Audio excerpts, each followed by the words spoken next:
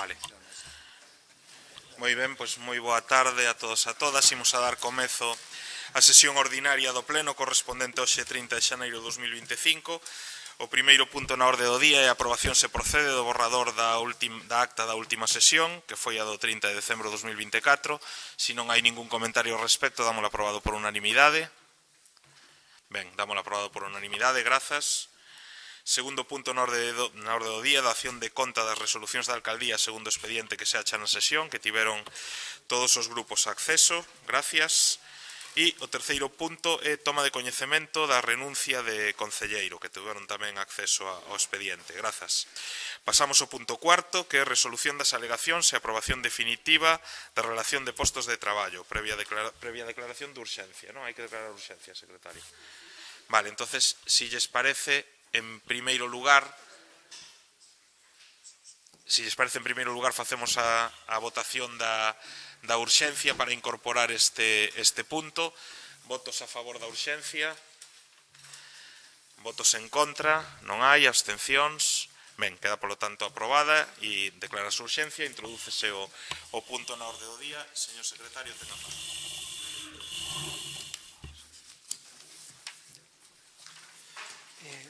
Visto o informe emitido pola empresa EOSA, redactora da relación de posto de traballo, que incorpórase como motivación ao presente acordo, aos efectos previstos no artigo 88.6 da Lei 39/2015, acórdase estimar parcialmente as seguintes alegacións por os motivos expostos no informe emitido pola empresa redactora EOSA, María Teresa Rivela Martínez, con registro de entrada 4 e 3 de xaneiro de 2025, Beatriz Domínguez Endón, con número de registro de entrada 5 de 3 de enero de 2025, Francisco José Muñiz Ferro, con número de registro de entrada de 7 de enero de 2025. Desestimar as seguintes alegacións por os motivos expostos no informe emitido pola empresa redactora EOSA, Inés Vázquez Veiga, Mercedes Milagrosa García, Begoña Regui García, Marina Sánchez Díaz, Laura Rodríguez González, Buna Carrillo Costa, Amadeo Neira García, María Teresa Rodríguez Vázquez, José Iván Martínez Arias. Corregir a errata detectada no técnico do Departamento de Promoción de Emprego, sustituindo o técnico medio por técnico superior.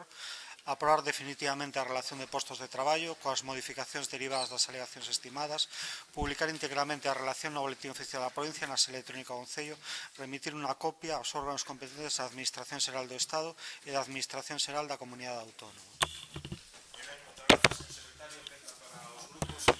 A palabra Ribeiro en común. Ben, boa tarde a todos, a todas as que nos sigan na casa, a única persoa que hoxe está aquí. Ben, nos abstuvémonos e explicamos o sentido do voto, a abstención, entre outras cousas porque non nos parece moi procedimental un documento tan importante que suceder o que sucedeu, non? Agradecer aos traballadores, aos funcionarios que evidentemente leva todo o traballo, pero o goberno ten que actuar de outra maneira desde o noso punto de vista e debe entregar un documento que é bastante máis grande do que inicialmente se nos iba advertindo no pleno de novembro e nos atopamos con un feixe de alegacións de traballadores, como por certo se advertía naquel pleno os grupos da oposición, e evidentemente creo que entregar o informe con tan pouco tempo e incluso as propias alegacións que non se dictamine algo tan importante, bueno, podemos entender pois esas eventualidades que xa se esgrimiron nas comisións informativas de que a técnica estaba enferma e todo isto, pero, bueno, creo que non é o pertinente. A min chamaba a atención especialmente que para nestes anos, tanto na oposición como no goberno, a experiencia dime que calquer movimento, calquer cambio, calquer pequeno ou grande nun posto de traballo dun funcionario, dun traballador municipal, había que facer unha burocracia extensa, había que facer varios informes, aquí non hai ningún informe xurídico vinculante, e isto é importante, e xa vou ao grao, é dicir, nós evidentemente, o dixemos en novembro, de que pedíamos máis tempo para os grupos, pero tamén pedíamos máis tempo para os propios traballadores. Algúns, incluso, que se queixaron, non chegaron a presentar a alegación, por certo, supoño que se lle explicaría mellor despois, e outros que sí se queixaban, presentaron alegacións, non? Entonces, nos o que advertimos, e creo que todos os grupos da oposición, é que o alcalde no pleno aquel dixo que había consenso total, que nos estábamos prácticamente a criticar e a inventar críticas, e a realidade é que nos atopamos con non poucas alegacións. E o que é tamén importante, por certo, e o que tamén é importante, no propio pleno anterior, decembro, o alcalde dixo que non nos preocupáramos polas alegacións porque estaban consensuadas. Está recollido en acta, me tomei a molestia de revisar a acta, está recollido en acta. Entón, agora nos atopamos que solo dous sectores, cultura e policía local, parcialmente son admitidas esas alegacións. O resto das alegacións, bastantes, por certo, están non admitidas. E unha última apreciación para a primeira ronda, que tamén me parece importante, porque fomos detectando, ruido en común, ao falar con traballadores, que a excusa era que este informe da empresa redactora, que fai o seu traballo e seguramente está bastante ben feito, evidentemente os que teñen responsabilidade de goberno, e en especial o alcalde, non por focalizar a responsabilidade en él, sino que é así o recolle a toda a normativa, constantemente recurría a responsabilidade, non é que isto o día a empresa, non é que o día a empresa. En primeiro lugar, non fai falta ser un xurídico para saber que a potestade do alcalde non é dunha empresa externa, non o é. Os seus informes non son vinculantes, pero que ademais non é que o diga a normativa vixente, é que o diga a propia empresa no seu informe, basta con lelo, non? Donde di constantemente procede recomendar a desestimación.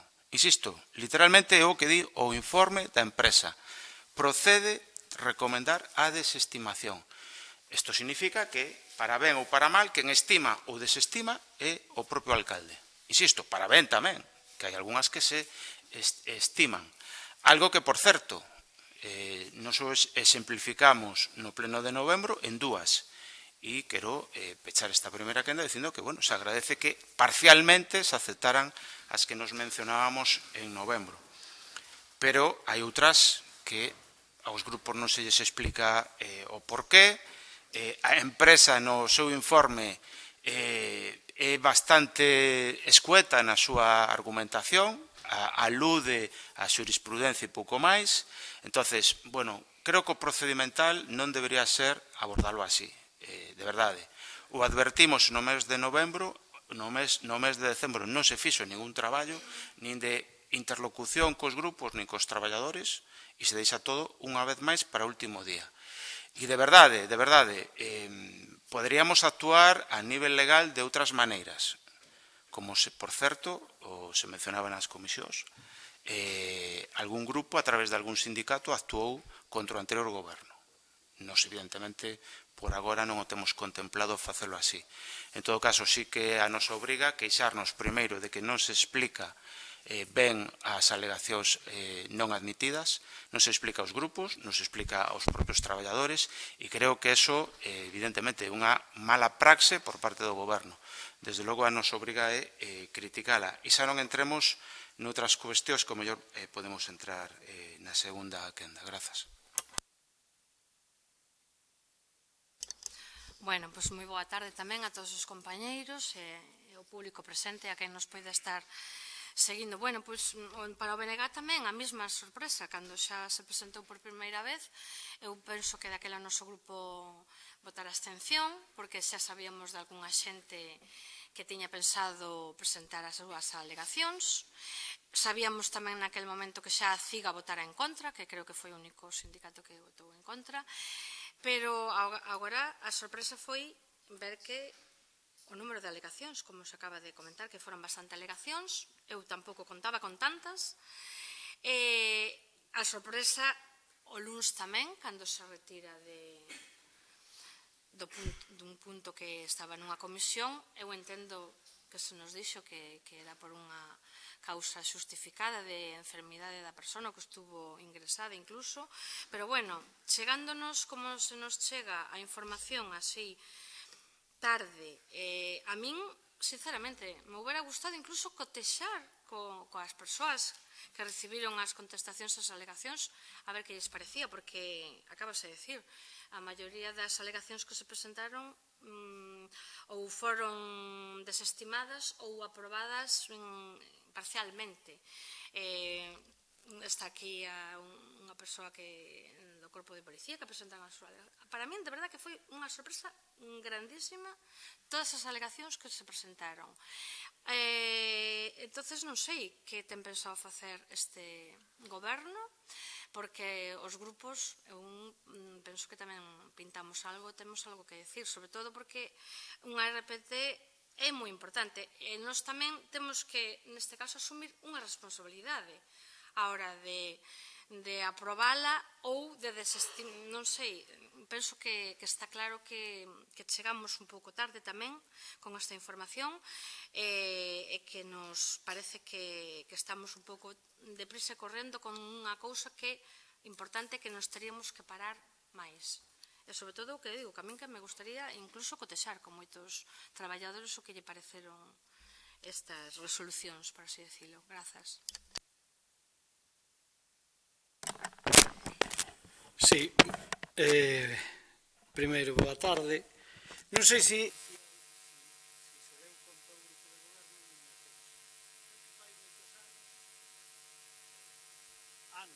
non sei, que ningún asunto por urxencia neste plenario non ten unanimidade, que é a primeira vez en moito tempo. Eso sinxelamente por unha razón, porque precisamente as formas de facer as cousas do grupo de goberno non satisfacen, nunca teñen que satisfacer a oposición, pero é que as formas son fundamentais, e como as formas son as que son, pois volvemos ao exemplo, é no que insiste, máis alá de todo outro debate que se dé, pero é unha razón máis que obvia. Por que? Se alguén explica outro día que evidentemente pois que pudo haber un problema ca empresa que elaborou a RPT, pois eso o podemos comprender, porque ademais nós sempre creo que nos caracterizamos, digo, nós, o Grupo Socialista, pero creo que os demais grupos da oposición tamén, por entender os erros ou os problemas que poidan ser derivados de outras cuestións que non teñen que ver ca xestión. Ora ben, hai un problema de como se plantexan as cousas, como digo, como se levan a cabo, e dunha falta de rigor e unha falta de respeto ao adversario político terrible, como nunca se vira noutra época. E isto é así. Xa sabemos que volvemos ao mesmo. As formas son moi boas cando lles convén diante de xente, pero logo a falta de respeto non é, eu teño dito hasta a saciedade, non é coller e ser moi bons e tener moi bonitas palabras. As faltas de respeto son outras. Por exemplo, por certo, todo día discutía con xente a que aprecio moito. Non sei se outro día, creo que foi no Concello de Valencia, non sei, había un concelleiro que estaba mirando nunha páxina web, cando estaban debatindo cousas importantes, estaban mirando páxinas de viño. Bueno, pois aquí, neste Concello, pasa o mesmo. Estou por asegurar que a meirande parte do grupo de goberno estará mirando de todo menos atendendo ao pleno. Eso xa é unha falta de respeto, o acabo de observar agora, era algo que xa decía eu no seu momento. Isso é unha falta de respeto en si mesma. É falta de respeto, porque quere decir que os concelleiros que están do outro lado lles dá igual absolutamente o que estemos falando aquí. Por lo tanto, como grupo de goberno, xa é unha falta de respeto, unha falta de respeto á oposición, unha falta de respeto aos veciños aos cales representan. E iso pasa non unha vez, nin dúas, nin tres. Xa non entro noutras cuestións. do que non é mirar os móviles. Eu, dende logo, digo unha cousa, e a min, que eu tuve responsabilidades de goberno durante moito tempo, o alcalde que tiña anteriormente, eu cando fui alcalde, os meus concelleiros, e o saben algunhas que estaban aquí, non lle permitía ese tipo de conductas, porque, dende logo, é máis, cando salíamos do pleno, o que me molestaba é que ao mellor non estuveran atentos ás cuestións que estábamos debatindo. Por que? Pois porque son parte do goberno e teñen que saber tanto ou máis co alcalde. Porque senón, pois se acaba volvendo o que é unha cuestión presidencialista cando chegas ás comisións, que te lo explique o alcalde. Cando nós éramos goberno, e o sabe ben o PP, cada concelleiro defendía as súas comisións en todos os ámbitos. Oxa, non pasa eso. Eso xa é unha falta de respeto. E con isto pasa o mesmo. E, ademais, non estamos falando de aprobar, e que o dixen outro día en comisións, non estamos falando de aprobar, non sei, pois un regulamento con todos os respectos de honores de non sei o que. Non estamos falando de RPT, que trascende do grupo de goberno. E trascende incluso de 10, 15 ou 20 anos. Trascende aos que veñan detrás. E vostedes fan o que lle dá a gana. Primeiro, aquí alguén dixo, é que a empresa non sei que. Xo dixen unha vez, pero non por non insistir, pois polo menos para os que están fora, que entendan como actúan vostedes. Home, non costaba nada que a empresa que evaluou isto houbera tido unha resposta de cara aos grupos políticos. Eu lle dixen antes. Antes me refiero xa no anterior pleno que debatimos isto. Ya hasta ahora pasou un mes, dá igual. Claro, que ainda encima nos cheguen as alegacións hoxe como se fóramos expertos. Porque eu non me poño aquí a ler porque teñen nombres e apellidos, pero eu estou convencido que o goberno non ten nin pajolera idea de por que se aceptan unhas alegacións e por que non outras. E se non collemos, e o preguntamos. E quen dice o goberno, a mí me pasa o mesmo, porque evidentemente non son técnico, nin son quen de decidir se unha persona está ben aceptada unha alegación ou non. Se iso ven unha empresa e non lo explica, perfecto. Se vostedes escudan nunha empresa. Pero se non o fai unha empresa, pois o goberno ten que ter a capacidade de explicalo. E nin unha cousa, nin a outra. Entón, os demais que somos adivinos. Entón, vamos a aprobar algo, nos piden que aprobemos algo que non temos nin idea. Pois me parece intolerable, que quere que lle diga. E despois entraremos noutras cuestións, como outras que hai por aí, de obras que se van a facer, que despois se discute se teñen permiso, se teñen financiación. E que sempre esta casa, últimamente, é sen nova máis.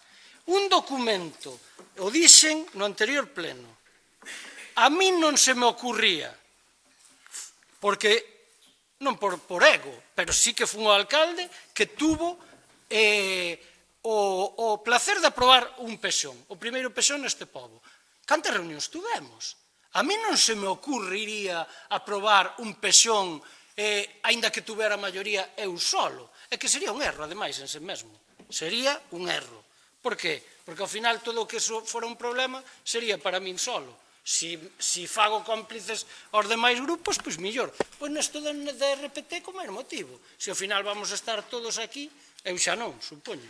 O supoño non, o creo, é seguro.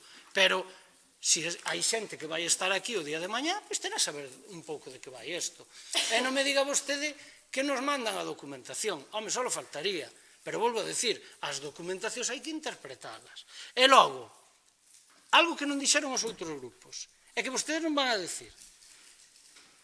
É un imperativo legal ou de algún outra índole que tuveramos que aprobar este documento tan a prisa correndo, aínda que sea positivo, que eu en ningún momento dixen que non o era, pero digo, hai algún problema para que non fora a outro pleno no que se nos explicara, nos que se nos dixeran outras cousas, é o fundamental.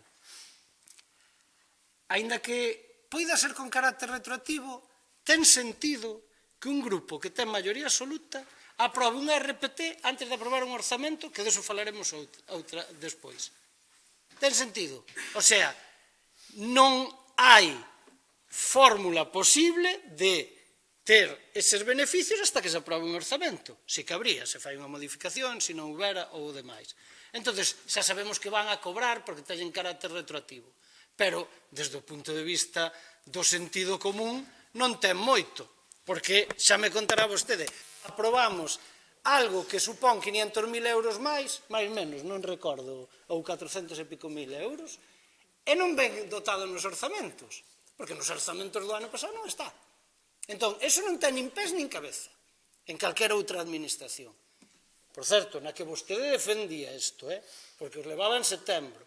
Eu non falo por falar, vostede era un dos que defendía isto. En setiembre somos a primeira institución que tenemos os orzamentos. Se acorda deso? Vostede levantaba tal. Ahora ten maioría absoluta, estamos en febreiro e non temos orzamentos. Bueno, entón, non ten razón de ser. E se eu, como portavoz do meu grupo, non temos razón no que estamos dicindo, pois rebátanolo usted. Se ao mellor nós decimos que hai que ter unha reunión e non temos razón, se decimos que non sería bo ter os orzamentos antes de aprobar a RPT, se decimos que sería desde o punto de vista de procedimento, pois que ao mellor houbera máis explicacións para todos os grupos. Eu creo que sí. Non creo que estou dicindo nada descabellado.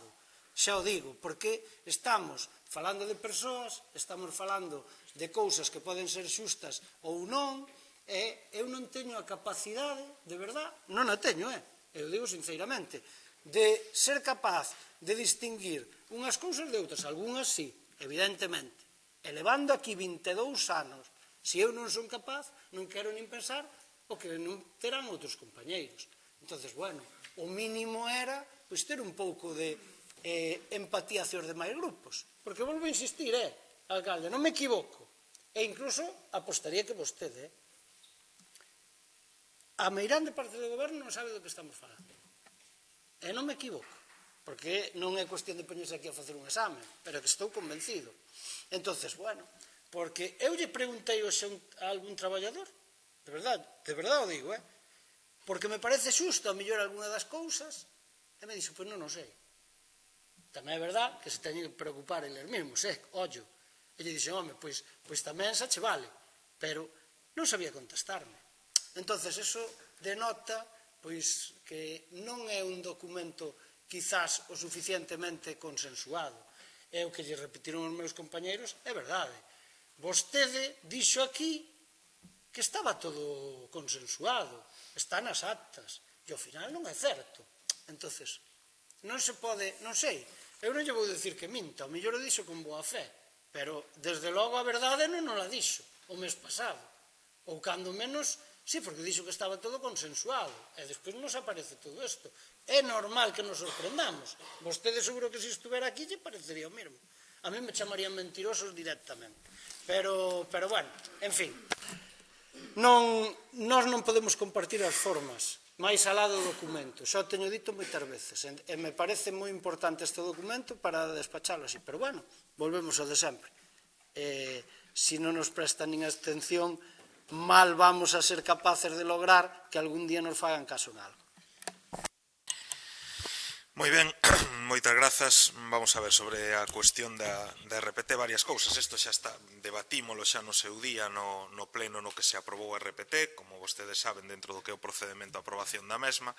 Unha vez aprobada hai este período de alegacións e agora que estamos a debatir ou o que vamos a dictaminar é sobre o informe que fai referencia a contestación desas alegacións. Varias precisións. Primeiro, tema de si a RPT estaba consensuado ou non. Claro que o está, e que de feito volvo ao mesmo que decía daquelas, non teño por que desdecirme, vou dicir exactamente o mesmo, e de feito están aí as actas da mesa de negociación. As mesas de negociación que se realizan cos representantes dos traballadores e o Concello e a propia empresa redactora da RPT, pois delas emanan unhas actas cun contido e cunhas votacións e están a súa disposición dentro do expediente, é dicir, é unha cuestión, non estamos inventando nada, isto é algo que está perfectamente documentado.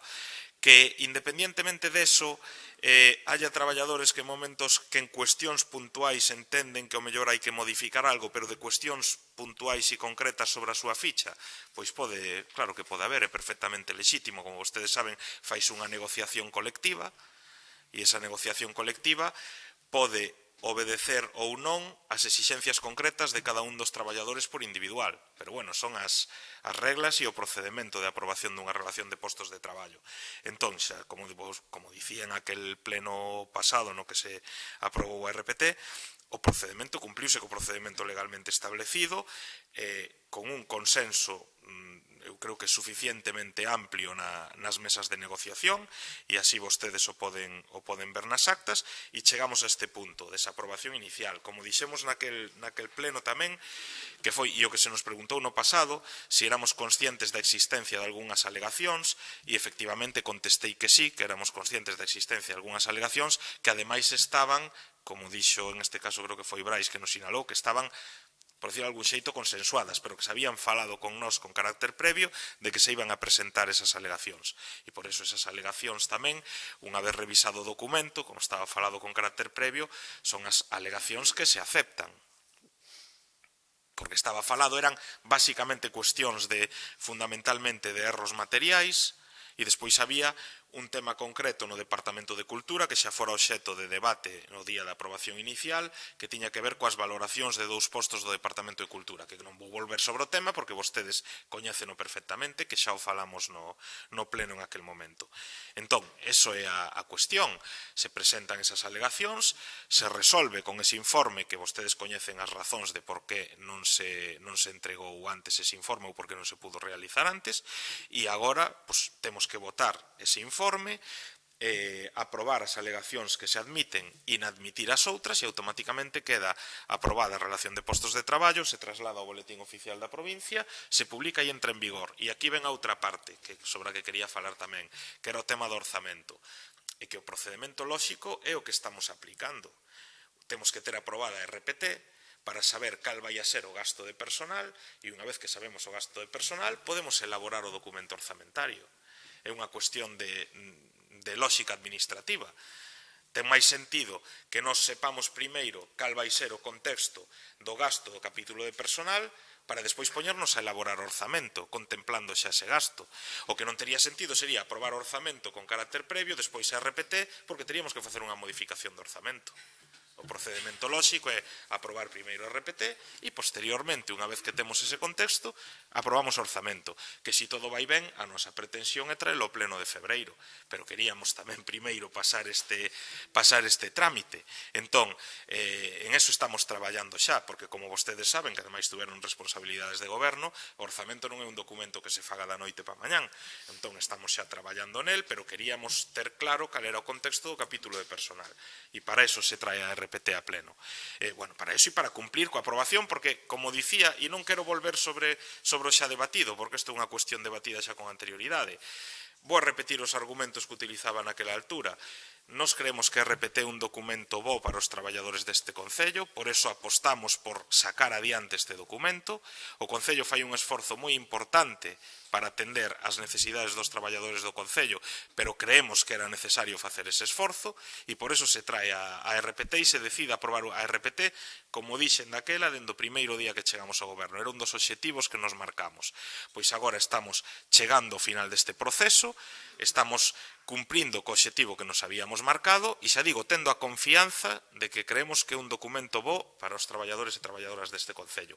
E nesa fe e con esa vontade o facemos. E eu creo que no fondo tamén vostedes, de feito nas súas intervencións así o manifestaron, critican as formas, pero tamén son conscientes de que probablemente o documento sexa necesario, e saben vostedes que o documento é necesario. Entón, nós temos que facer o noso traballo, témolo dito tamén máis veces, gobernar implica responsabilidades e asumir as consecuencias desas responsabilidades. Nos creemos que temos que facer este traballo porque era un obxectivo que nos marcamos e un compromiso que tiñamos cos traballadores e traballadoras deste Concello, e evidentemente temos que asumir esa responsabilidade e facer aquelo polo que estamos aquí sentados, que é gobernar.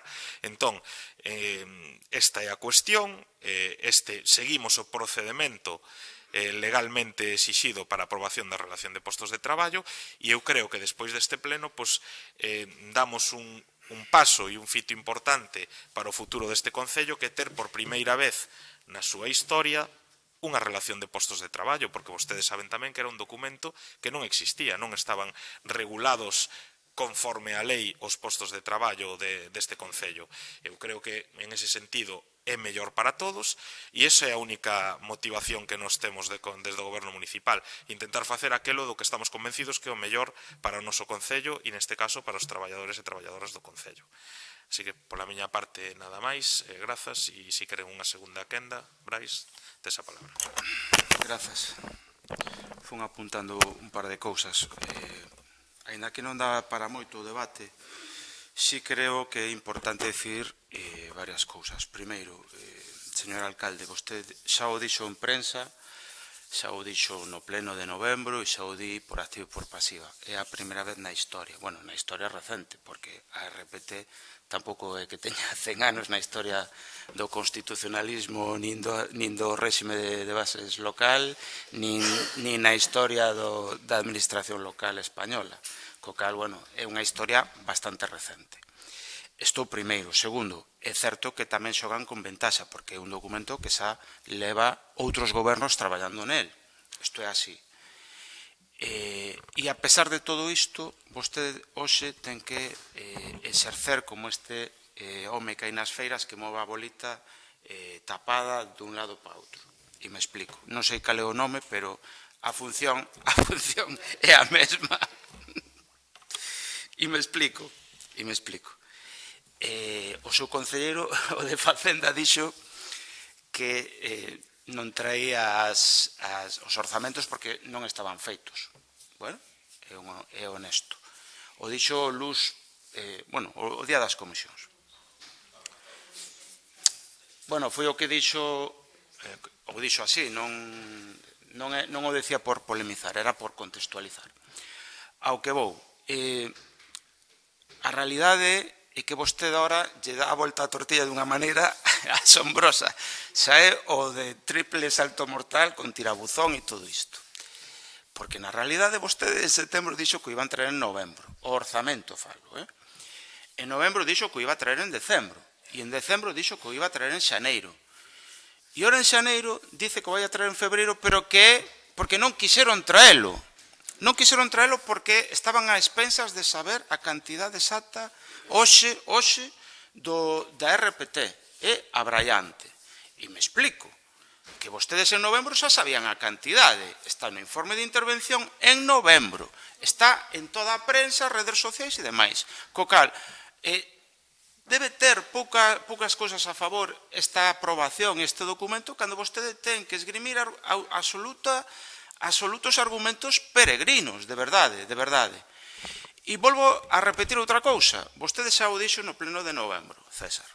Dixo que non era un problema de formas, senón de contido.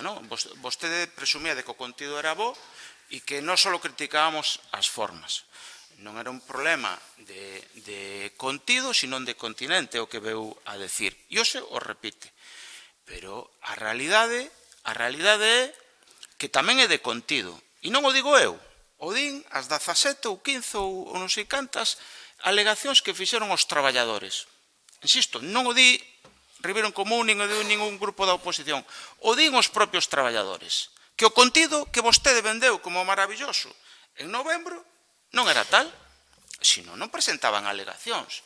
Lle pode restar forza a eses requerimentos que lle fan os traballadores, pero a realidade é a que é. E é obxectiva, se pode demostrar, non é opinable. Hai alegacións e, polo tanto, hai descontento por parte dos traballadores.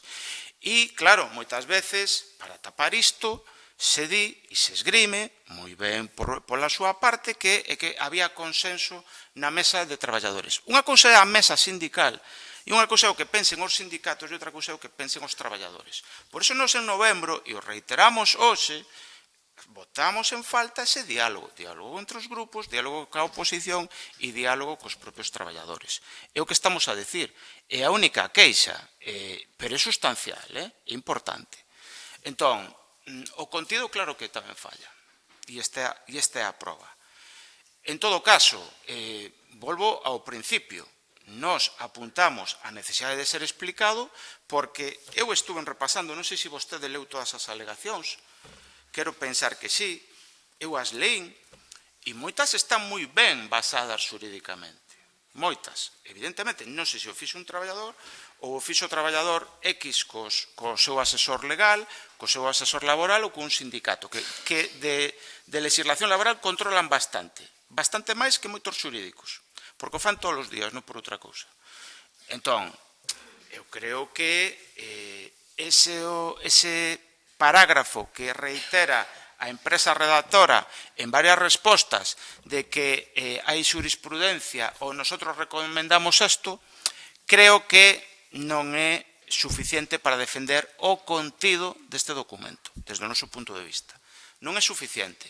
E non é suficiente para demostrar que é un bo contido, tampouco é suficiente para os grupos da oposición, creo, polo menos para nós non é, e tampouco é para os traballadores, que se levaron a molestia de presentar alegacións e se lle responde de maneira peregrina. Permítanme, de maneira peregrina. Entón, eu creo que, é un pouco todo, non? É un pouco todo. E pouco máis teño que decir. Estou seguro, e xa o dixemos por activa e por pasiva, estou seguro que na anterior legislatura, se o anterior goberno de coalición de esquerdas houbera feito este procedimento similar ao que vostede fixo nestes meses, estou seguro que habería grandes notas de prensa, palabras grosas, como as que nos acostumou cando vostede estaba na oposición, etcétera, etcétera, etcétera. Polo menos polo noso grupo non se vai tratar diso. Evidentemente, vostede ten maioría absoluta. Pero eso non significa que teña poder absoluto. Este é un documento non só para 4 anos ou os anos que a cidadanía decida que o seu goberno este aí. Este é un documento para a institución. É un documento para os funcionarios e é un documento para a propia institución que van a pasar moitas corporacións, pero a institución permanece. E ese é o motivo central que nos esgrimimos para decir que vostede, a pesar desa maioría absolutísima, debería consensuar con os demais representantes veciñais un documento que é para permanecer. E esa é a única ou a segunda crítica que lle podemos facer de formas, quero decir, de continente. Pero o contido, evidentemente, as alegacións mal explicadas e mal respondidas demostran que tamén é un problema de contido. E non quero reiterar o noso argumento central do mes de novembro, no pleno do mes de novembro, que é a financiación.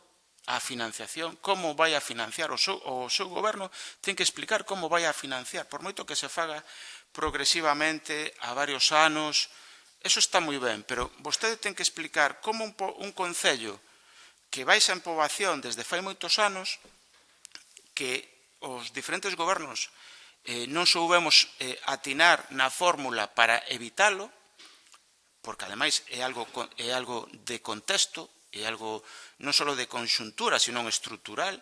A todas as vilas de Galicia, casi todas, e máis da provincia de Ourense, do interior, todas están baixando en poboación e non dan atinado unha fórmula. Terá que explicar e terá que pensar e terá que demostrar como vai a financiar €500.000 de subida, solo de subida, a un orzamento que xa era, o saben os funcionarios, xa era moi grande no apartado salarios para un concello de menos de 5.000 habitantes.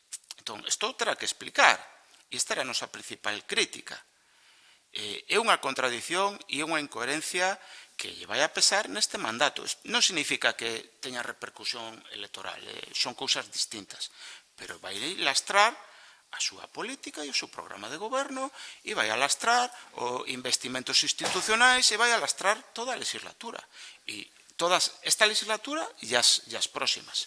Se non se atalla de verdade unha fonte de financiación real, estrutural. E iso, francamente, Ribadavia, supoño que estarán todo o mundo que goberna quere facelo ben, non só o quisemos facer moi ben, pero hai elementos que son inamovibles.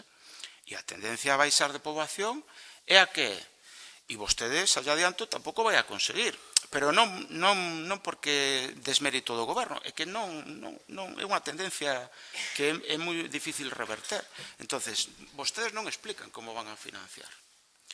Cando Ribeiro Común fala e quere abordar o tema da unión de municipios para ser e atopar concellos máis fortes, parece que se toma de maneira banal o debate.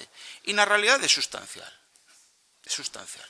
Outros o terán que dar, evidentemente. Algúns nos adiantamos no tempo, pero é obvio que eso é a única solución que lle quedan ás administracións como as que existen no Ribeiro e en algún sitio máis.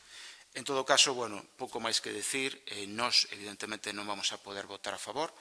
Agradecer que unhas poucas alegacións se estimaran.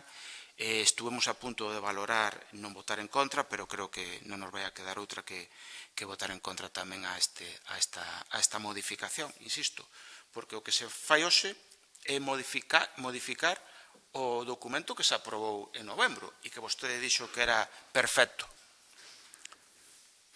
O vai a modificar, o sea que tan perfecto non era. Entonces, bueno, pouco máis que decir, agradecer a atención e agardemos que, ainda queda bastante, casi un pouco máis da metade da legislatura, agardemos e deseamos polo noso grupo que o goberno se baixe un pouco desa arrogancia absolutista na que está instaurado, quero decir, e empece un pouco a dialogar un pouco máis cos grupos que tamén, desde a modestia, pero representamos da mesma maneira a veciños, e tamén cos propios veciños e traballadores. Creo que sería bo para a institución, pero tamén para o propio goberno. Grazas. Bueno, eu estuve anotando tamén cousas que iba dicindo o alcalde, que dende logo fala ben. Bueno, quédome con que dice que é un documento necesario, claro, é necesario. E a RPT, claro que hai que facela. E nós non estamos en contra de que se faga, todo o contrario, xo dixemos.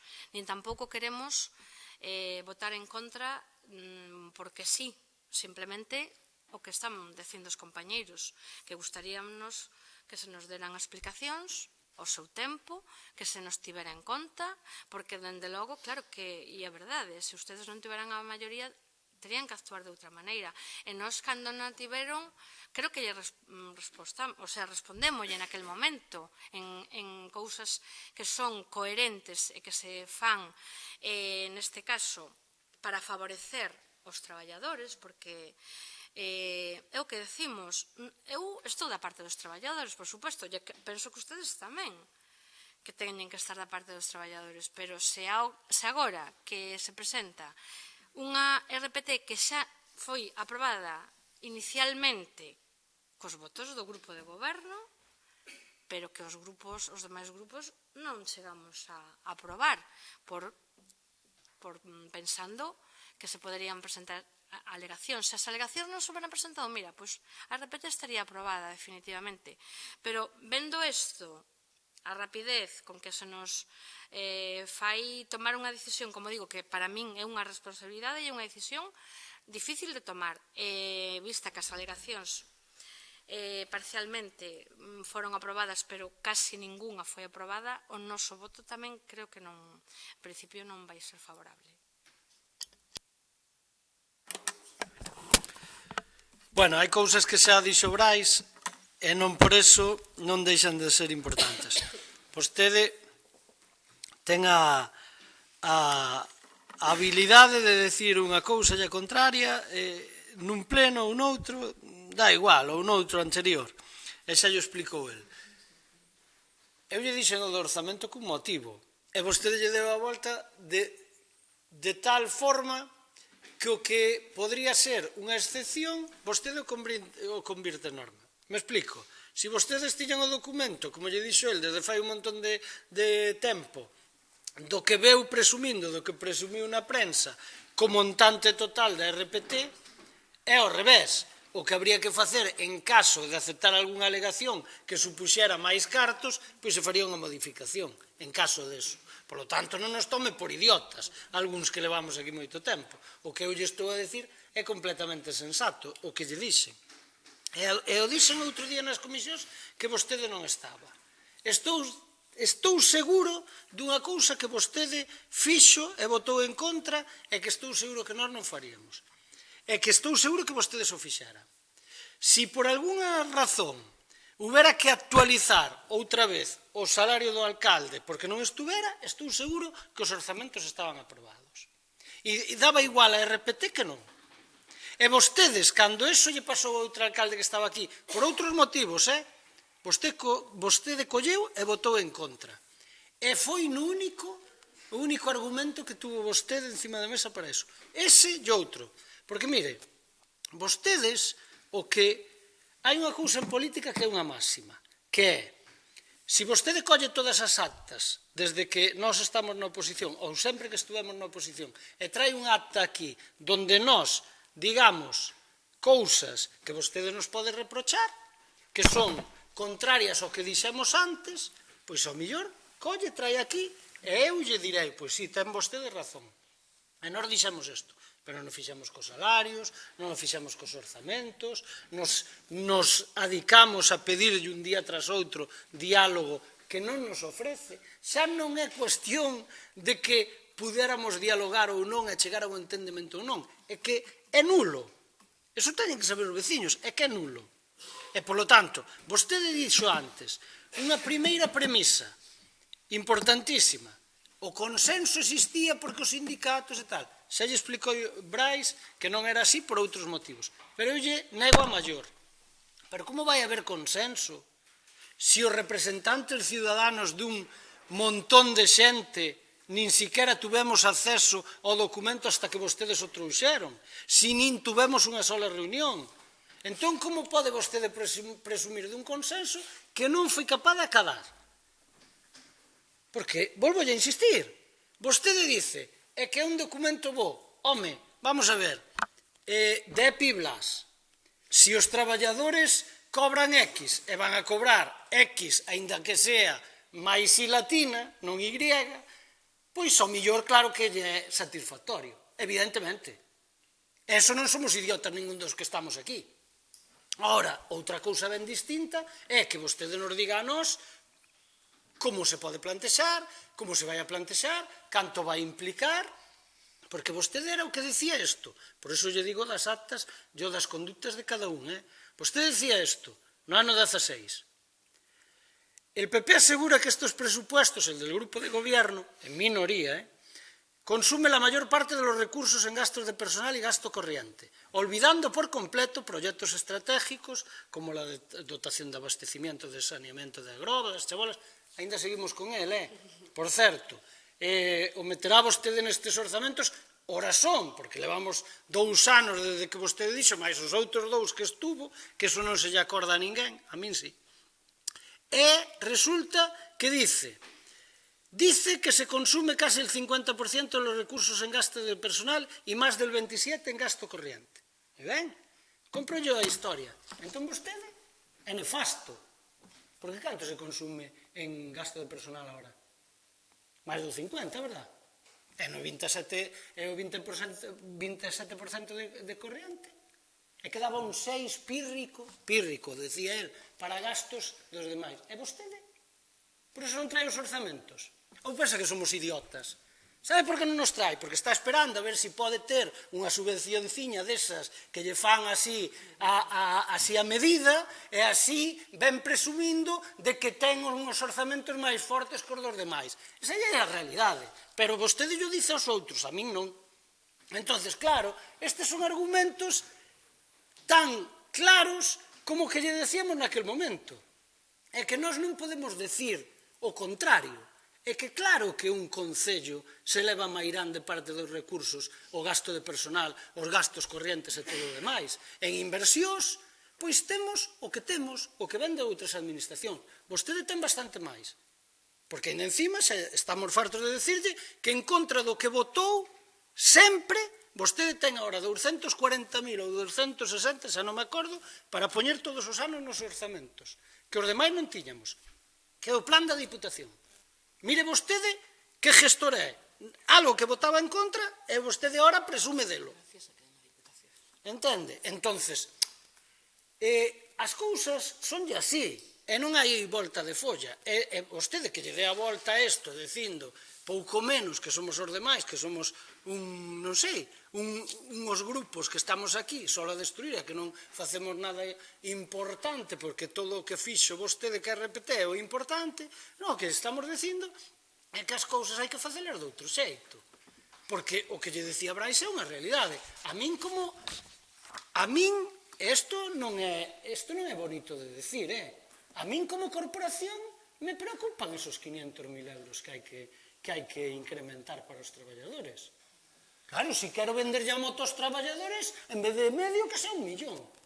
Pero como corporación, supoño que me preocuparía. É máis, se fose a empresa de vostede, seguro que non estaba igual, verdad? Entonces, eu creo que as cousas hai que falalas, e xa yo dixen naquel momento. Ao mellor, usted hubiera tido apoio para consensuar certas cousas, ou facer as cousas gradualmente, porque levamos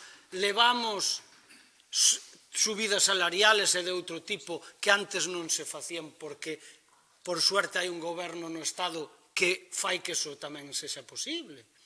Eso tamén implica tamén beneficios para os traballadores.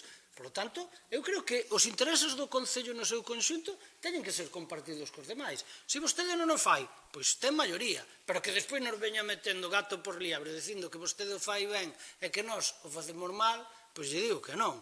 Eu lle digo, diálogo, ningún.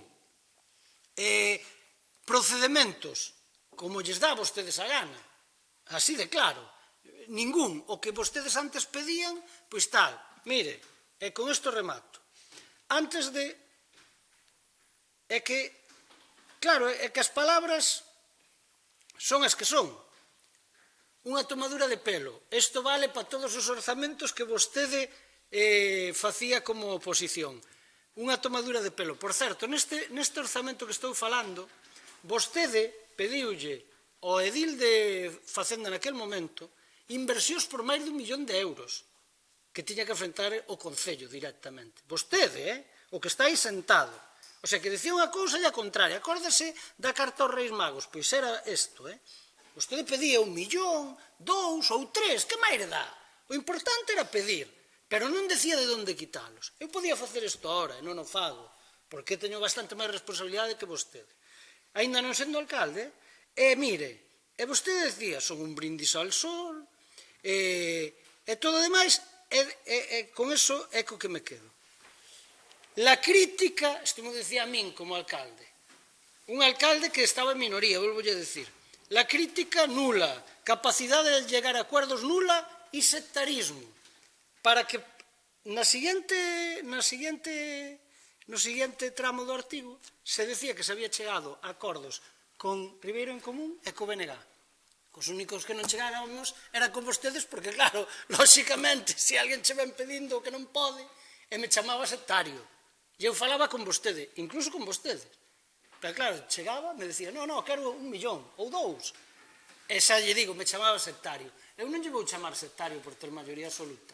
Pero, dende logo, que está actuando como que non debe actuar un político, xa lle teño dito moitas outras veces. Non nos fan vostedes, vamos, xa non é, nin caso non, ese xa non é o problema. É que non nos respetan en ningún sentido, en ningún. E xa lle teño dito, mire que ten tido problemas e levamos 2 anos. E isto das maiorías absolutas é como todo, tamén pode haber problemas. E despois, cando se necesita os demais, vimos pedindo auxilio, e vimos dicindo que os demais non sei que. Entonces, non vai a ser que volvamos ter outros problemas e teña vostede que depender dos que estamos aquí. E claro, cando dependa, e despois de faltas de respeto, pois non pode vostede contar con o noso apoio. Entón, nós nos vamos a abster, porque como vostede dice, pois evidentemente nadie dixo que o documento é malo. O que é malo son as formas e a forma de facer as cousas que teñen vostedes. Eso sí é malo, con isto e con outras moitas cousas. Moi ben, moitas grazas. Bueno, a verdade é que ás veces hai cuestións que, como sempre, todo forma parte do subxectivo e do punto de vista de cada un, porque vostedes falan aquí de falta de respeto e de todas estas cousas, e nos levamos unha hora aguantando un chorreo aquí descomunal. Pero, bueno, en fin, parece ser que... Bueno, hai que escoitar de todo, Entón, eu creo que, a ver, eu entendo que a labor da oposición, pois vostedes fan o seu traballo, cada un entende cal é a maneira que ten de facelo, lóxicamente, pero eso, por moito que continúen, pois, criticando formas, criticando diferentes cuestións da nosa labor de goberno, nos estamos convencidos de que cando chegamos aquí fixémolo con un único obxectivo, e digo yo sempre, e non me importa ser reiterativo, que é pensar no mellor para o noso concello. Ese obxectivo que temos dende que nos levantamos pola mañán ata que nos deitamos pola noite. E mire, que vostede non está de acordo coa nosa visión, bueno, pois é un punto de vista máis.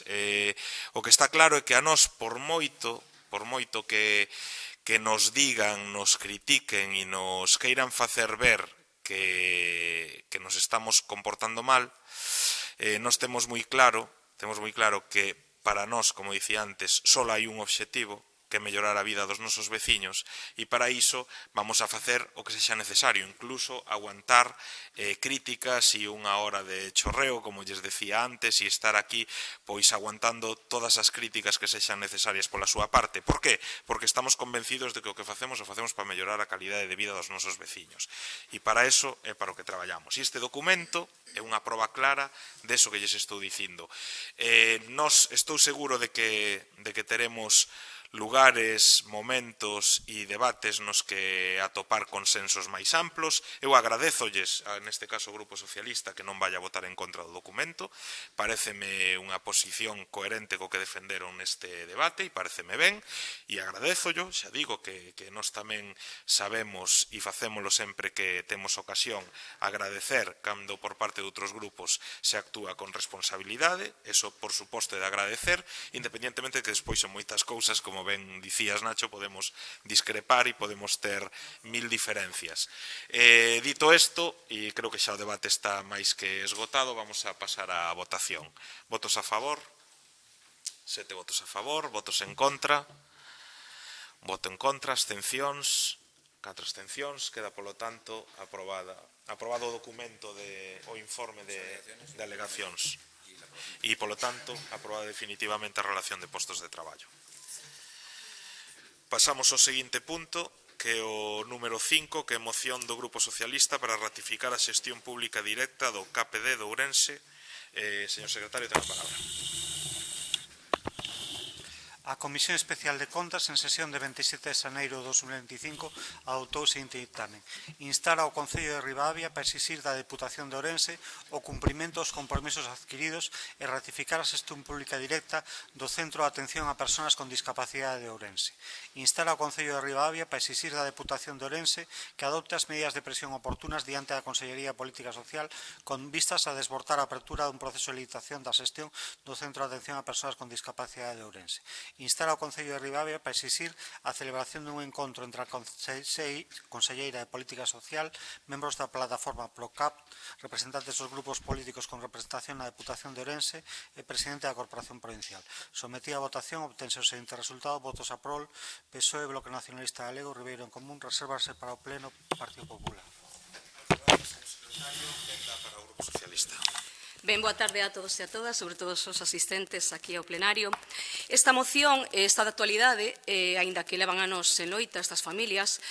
Trátase da reivindicación de familias pais e nais de persoas con grandes discapacidades que levan desde o ano 2016, como digo, solicitando que se construíse un centro como os das outras provincias, o CAP de Sarria, o CAP de Coruña e o CAP de Chapela, e que demandaban por necesidade para evitar a distancia cos seus fillos e poder velos máis a miúdo.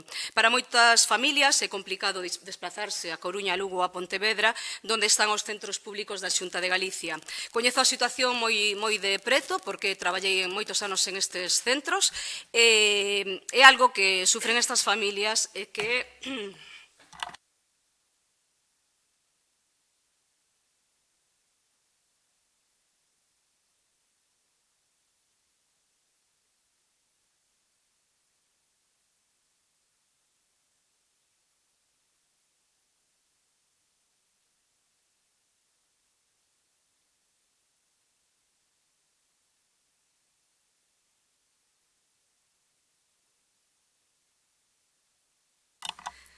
Ai, perdón. É que, como digo...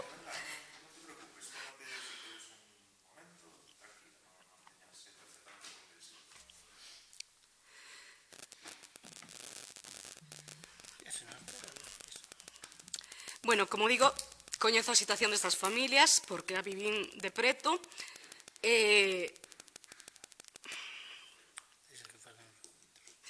Lle moi duro e indescritible o que sufren.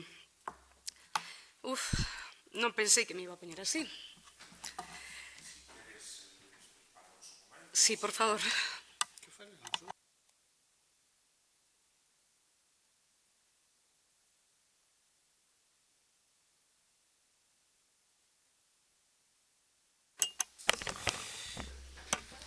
Ben,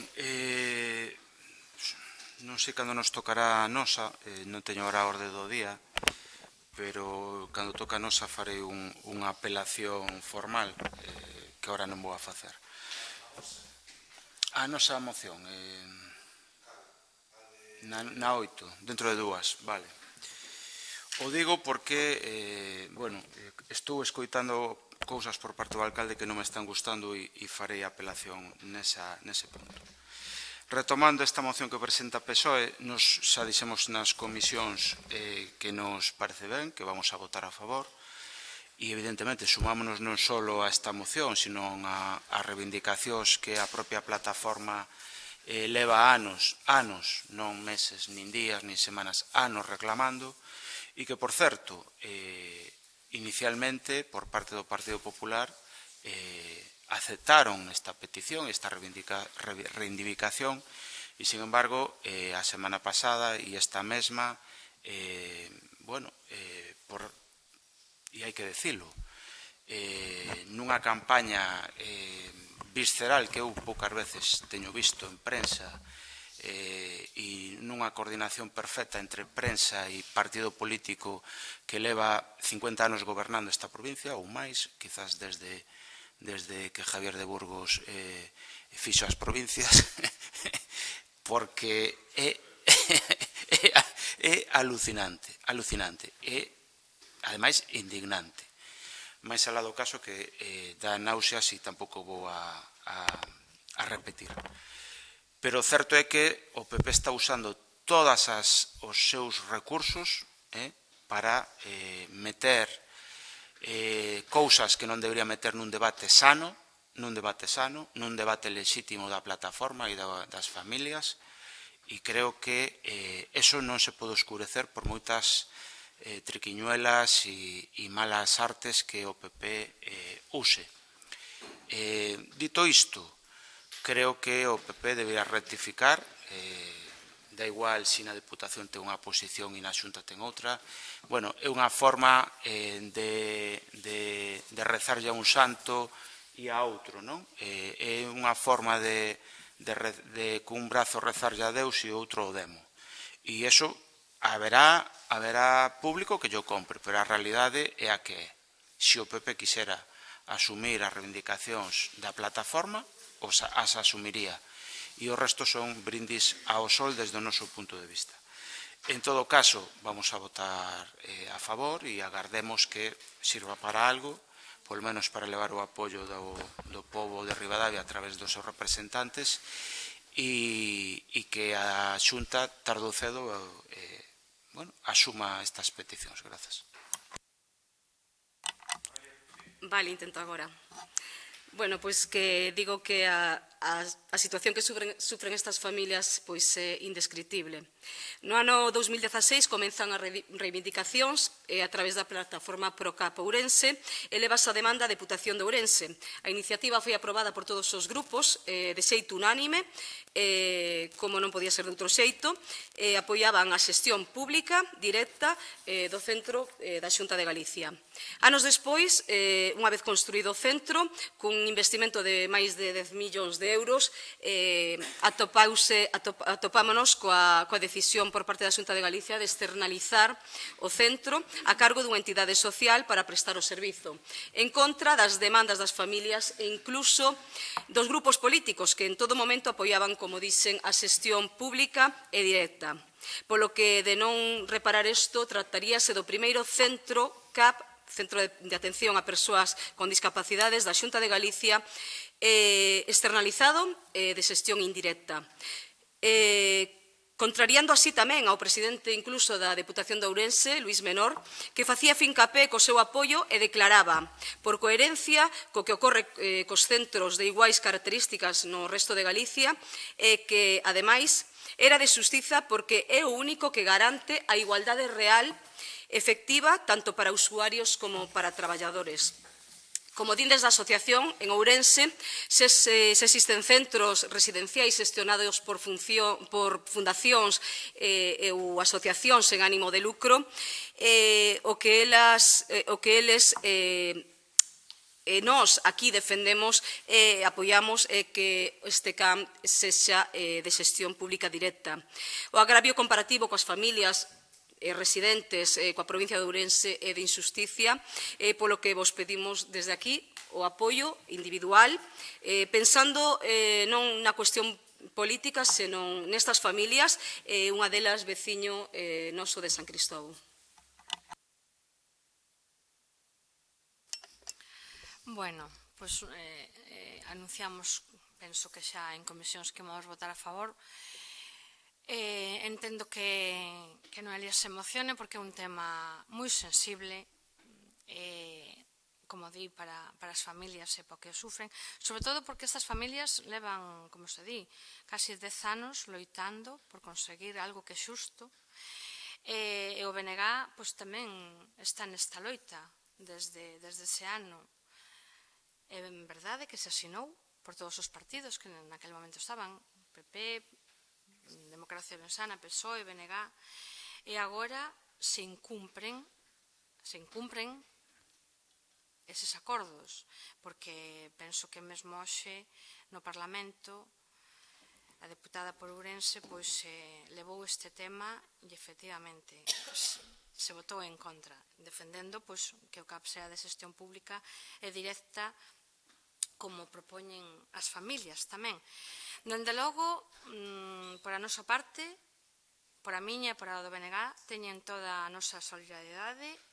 Eu admiro, de verdad, a estas familias por o duro que se está facendo este camiño, pero desde logo nos seguiremos cumprindo coa nosa palabra e seguiremos e non nos vamos a rendir hasta conseguir que o CAP de Ourense sexa público de xestión directa, como queremos, e con empregados e empregados públicos.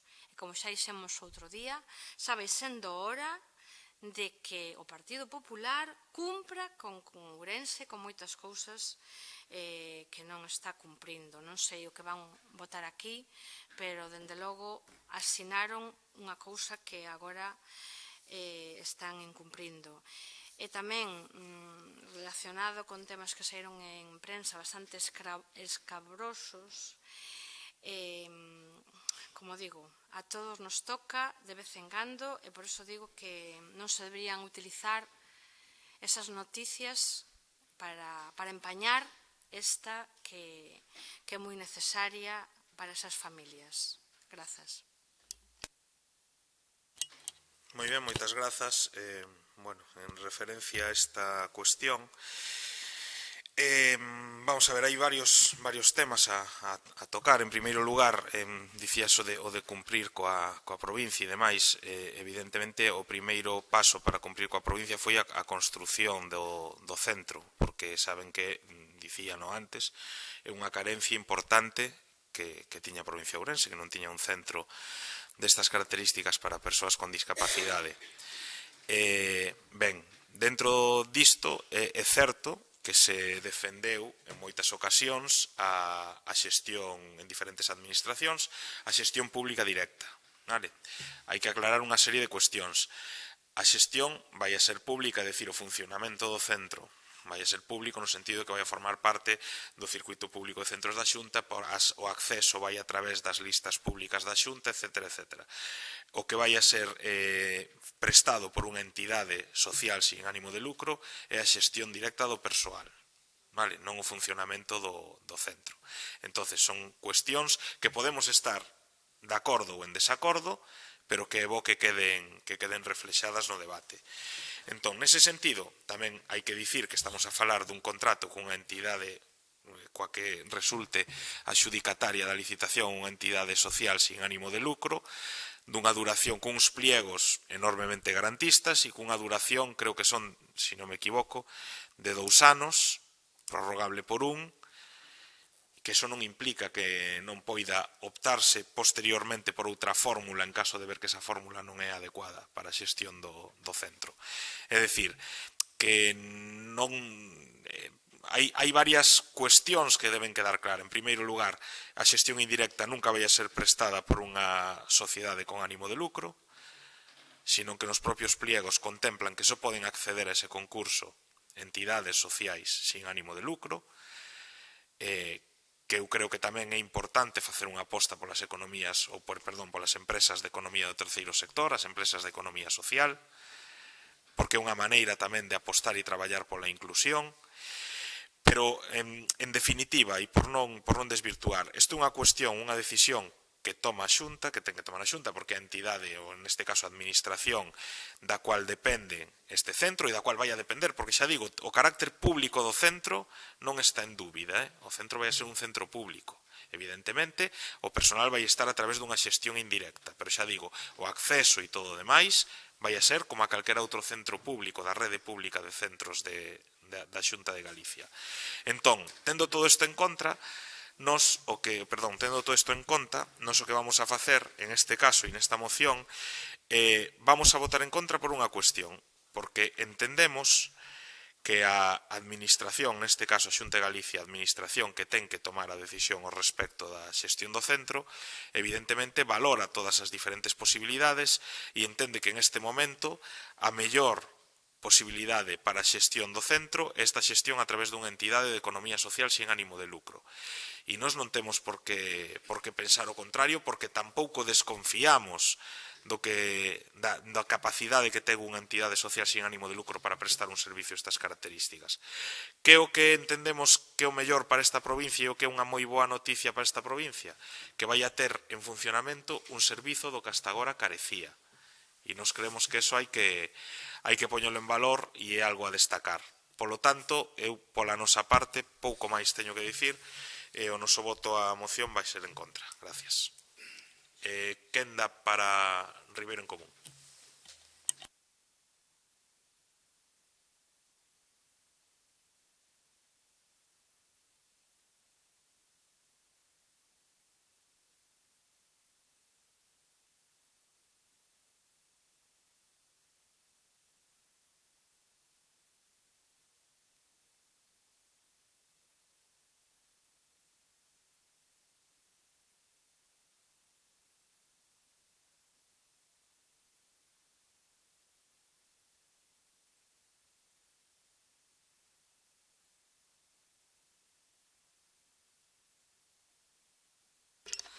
Me sorprende o voto.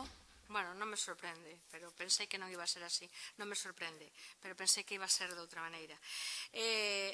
Me parece triste. Tamén, por o que me comentan, creo que a conselleira de Política Social, que debe levar 6 anos no cargo, 6 anos e pico, que tampouco quixo reunirse en ningún momento coas familias, nin a escoitar as súas demandas, nin as súas necesidades. Entonces, eso tamén di moito. Se unha persona que leva no cargo 6 anos e 4 meses non quere escoitar o que ten que decirlle parte da sociedade moi importante, para mí xa di algo. Me parece triste a decisión do voto. Ben, coincido cos compañeiros, a justificación do Partido Popular non é máis que disciplina de voto. Me deixa fría, porque, bueno, cando fai un mes, en decembro, pois votaban a prol na Deputación de Ourense. Eu tiña preparado para o peche, pois que contarvos que onte no Parlamento de Galicia o PSOE deu voz ás nais e pais da plataforma PROCAP e leu a intervención de Eva Gutiérrez, que é a voceira da plataforma, no que no pleno de decembro da Deputación o PP se comprometía coas familias. E quero que escoitedes o escrito e pensedes individualmente, porque eu que digo, isto afecta a moitas familias que están sufrindo moito. Di así: Ola, bo día a todos e todas, chamome Eva Gutiérrez e son nai dun neno de 17 anos que se chama Xavier, tamén son membro da plataforma PROCAP. Quixera primeiro explicar o que significa ser nai dun neno especial, dun neno con discapacidade. A miña vivencia é igual que a da calquer pai, calquer nai que están hoxe acompañándome en pequenas variacións segundo o diagnóstico, pero cos mesmos sentimentos. Cando nacen os nosos fillos esperamos, desexamos un meniño que non sufran patoloxía algunha, polo menos nada que non se poida solucionar cunha mínima intervención médica. Cando iso non é así e nos comunican do seu grave problema, da súa discapacidade, comeza o noso calvario e, como non, o deles. Pasamos por fases de negación, confusión, rabia e ira, dor, culpa e tristura. A quen lles lembra isto, pois sí, a un duelo porque é o que sufrimos. O máis parecido a un duelo por unha persoa miúda, polo noso fillo que non é como esperamos, que ten problemas serios e en moitos casos son imposibles de resolver. Atopámonos soas, ningún do ámbito hospitalario é quen de acompañarnos, posiblemente porque non hai protocolos de actuación para estes casos. Ás veces, cando notamos que os nosos fillos non evolucionan correctamente, algúns sanitarios din que nos preocupamos demasiado e despois dámonos de bruces coa cruda realidade. Terapias, consultas médicas pasan a ser o noso día a día e atopámonos nos pasillos dos hospitais as nais e pais que pasan polo mesmo. Aí sentimos a calor humana. Comeza a seguinte fase, a aceptación, o enfrontamento real á situación que temos entre as mans, que non é outra que darlles aos nosos pequenos todo o noso apoio e todo o noso traballo. Adicámonos en corpo e alma a eles. Establécese un vínculo que nunca desaparecerá e loitamos con e por eles cada día da nosa vida. É duro, pero tamén produce satisfacción, unha satisfacción de que en o que o facemos o estamos a facer moi ben, extraordinariamente ben. O meu fillo non pode falar, hai que darlle de comer, vestilo, duchalo, fregar os seus dentes, cambiarlle o cueiro e agora, como adolescente, afeitalo. Recoñece o que tiven que aprender e a nova aprendizaxe xuntos, el que nunca está quieto nin se move, quero, en certo modo, axudar a súa mamá e compañeira de loita do día a día. É un bebé de 6 meses, pero con 17 anos, como dixen, terapias, consultas médicas, burocracias varias, pero a miña conclusión final e a dos pais e nais que hoxe están aquí é que os nosos fillos non van a ver vida desde outra perspectiva porque son nobles, sen dobleces, sen maldade e, por riba de todo, loitadores. Comprenden agora por que estamos aquí? Comprenden por que seguimos loitando por un centro de atención a persoas de discapacidade público e xestión pública e directa pola Xunta de Galicia? Pois porque eles nos fixeron ser fortes e porque llo debemos. Despois do ámbito sanitario chega o proceso de escolarización que tamén é moi complexo e os nosos fillos cumpren anos ata que chegan os 21, idade na que precisamos centros de día ou centros residenciais para que haxa certa continuidade nos seus cuidados. Estas etapas, a sanitaria e de educación, son responsabilidade directa da Xunta de Galicia cas súas correspondentes consellerías, a de Sanidade e a de Educación. Polo tanto, o proceso natural é que a Xunta de Galicia continúe asumindo a súa responsabilidade na atención dos nosos fillos, que a Consellería de Política Social que a Consellería de Política Social non delegue algo tan sensible como é a discapacidade. Familias do Colexio de Educación Especial Miño de Ourense dámonos conta de que na provincia de Ourense hai centros para nenos de máis de 21 anos, sí, privados, concertados, hai asociacións, pero non hai un servicio público, é dicir, non hai un centro de atención a persoas con discapacidade como nas outras provincias, e preguntámonos por qué. Estamos no ano 2016, a plataforma ProCap nace en febreiro dese ano e comeza a súa andaina reunións na Xunta de Galicia, unha manifestación multitudinaria en Ourense co apoio de todos e todas as ourensás, recollidas máis de 50.000 firmas conseguidas na rúa polos pais e nais e mesmo estivemos neste foro defendendo o que hoxe defendemos. Todos os que naquel momento conformaban este foro apoiáronos por unanimidade e sei que vostedes tamén están connosco. Aquel día nos estábamos tranquilos porque se hoxe todos os que aquí presentes defendemos un mesmo can público xestionado pola Xunta de Galicia igual co resto das provincias galegas que nalgún caso xa leva funcionando hai máis de 30 anos, debater a estas alturas porque queremos isto, coido que xa non é necesario. O único que importa é que Ourense, a provincia onde naceron os nosos fillos, a provincia que todos vostedes representan, non sexan diferentes ás demais, xa que nos levan vantaxe nesa carreira. Non permitan que Ourense estea a cola de Galicia. Conseguir o CAP levounos moito tempo, demasiado. Agora xa está construído. Non nos demoremos máis. Os nosos fillos e fillas non teñen tempo. Están a piques de entrar no 2025 e 9 anos pasaron e hoxe sentímonos orgullosos de todo conseguido ata agora. Conseguimos un CAP público de xestión pública e directa por parte da Xunta de Galicia, un compromiso que a Xunta asinou e fixo que os nosos fillos e fillas, pero agora a Xunta quere dar un paso atrás e privatizar ou concertar un servicio esquecendo as súas promesas. Non debemos permitir que eso suceda. Un CAP de xestión directa pola Xunta non é só unha necesidade para os nosos fillos, é unha cuestión de responsabilidade pública e un dereito das nosas familias da nosa provincia. Somos a única, repito, a única provincia que non ten un. Temos que loitar para que a Xunta cumpra a súa palabra. Nós como plataforma, como nais e pais, estaríamos dispostos e encantados de acompañalos á Xunta de Galicia, a vostedes, os representantes que vostedes designen. A vostedes, señor presidente, isto é na Deputación. A responsabilidade da Xunta é clara e non imos deixar que se desvíen da promesa feita connosco. Non se trata dunha demanda, senón dun dereito para os nosos fillos e fillas que merecen un servicio totalmente público de xestión directa sen intermediarios privados que buscan beneficios persoais. Sabemos que este é un obxectivo común para todos os presentes e quizáis xuntos logremos o que é mellor para Ourense e non seguir sendo diferencialmente inferiores ás outras provincias. Deixo aí porque é un pouquiño extenso.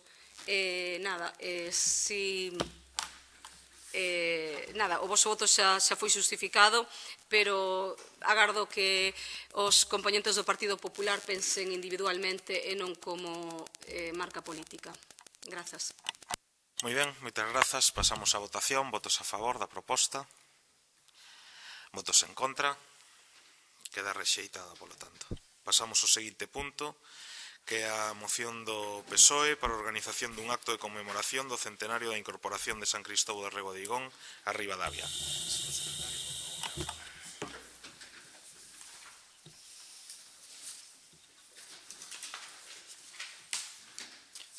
A Comisión de Servicios Municipais, na súa sesión de ata 27 de xaneiro de 2025, adoptou o seguinte ditame. Organización dun acto de conmemoración do centenario de incorporación de San Cristóbal de Rego de Igón ao Concello de Ribadavia. Proposta, un acto organizado no Concello de Ribadavia conmemorando o centenario do Acordo Plenario de 1925 coa participación da veciñanza. Organizar entre as diversas administracións públicas, Deputación, Xunta, Estado, un debate ou xornada sobre o modelo territorial municipal do futuro coa colaboración da Universidade. Sometida a votación a proposta, obtense o seguinte resultado: votos a prol, PSOE, Ribeiro en Común, Bloque Nacionalista Galego, resérvanse para pleno os membros do PP. Gracias, señor secretario. Quenda para o Grupo Socialista. Sí, boas tardes a todos. Tedes a moción diante vosa. Simplemente aquí non se trata de abrir feridas con outros concellos limítrofes. Vamos facer un pouco de advocatos diaboli. Aquí o que se trata de conmemorar é que deste ano 1925 San Cristóbal de Rego de Igón é parte de Ribadavia, non destos reis católicos, como pensarán moitos. É simplemente destacar ese feito. Tamén hai que situar o contexto histórico da época, porque aquí sempre se fala do golpe de Estado do 36, pero tamén hubo un golpe de Estado na nosa historia no setembro do 23 con Primo de Rivera. Do 23 ao o 25, que está nesta época, os alcaldes apareceron e foron sustituídos por militares. Simplemente hai que tener eso en conta. Hubo unha modificación promovida daquela época por José Calvo Sotelo, que era director da administración local, con unha forte presencia aquí de seguidores na comarca de Ribeiro, sobre todo en Ribadavia, e se modificou a incorporación de entidades menores. Entidades menores, a que sigue persiste no Ribeiro, que é a de Verán, pois se acolleron aquí isto de San Cristóbal de Regodegón, apartándose de Beade e de Carballeda de Avia respectivamente. Beade acordou no novembro de 25 a segregación a favor de Ribadavia e aumentándose así a población de 5.090 daquelas a 5.800 habitantes, recordando que a comarca de Ribeiro daquela época tiña 40.000 personas. Hubo un intento tamén de meter unha parte de Esposende, Santa María de Esposende no marzo 25, non cuadrou.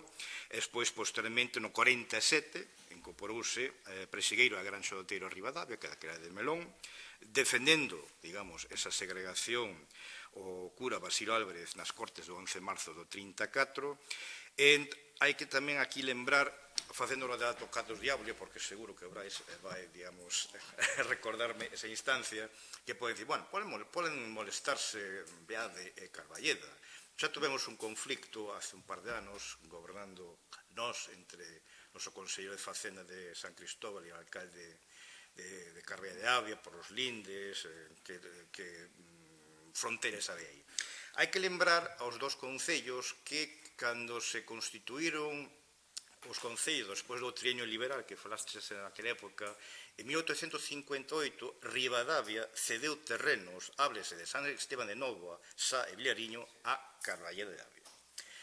E despois Carballeda de Avia adquiriu entre o 61 e 64 de Beade, Faramontaos, Valde, a Belenda de Espenas, Beiro e Muimenta. Entonces, o que tiñan que estar máis molestos é Beade con Carballeda que máis con Ribadavia. Hubo un intento do 1873 de recuperar Beiro para Beade, pero non foi palante.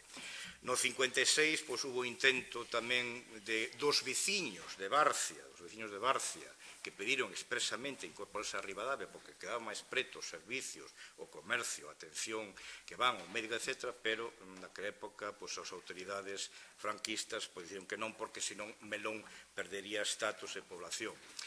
Nos anos 60 hubo un intento, habendo unha lei franquista dunha chamada fusión voluntaria de 3 concellos, si se agrupaban, conseguían 10.000 habitantes. Daquela eran Carballeda, Ribadavia e Beade. As características, o que defendían daquela, eran case como hoxe en día. Xestión de agua, as comunicacións, daquela época era telefónica, hoxe sería fibra óptica ou telefonía móvil, etc.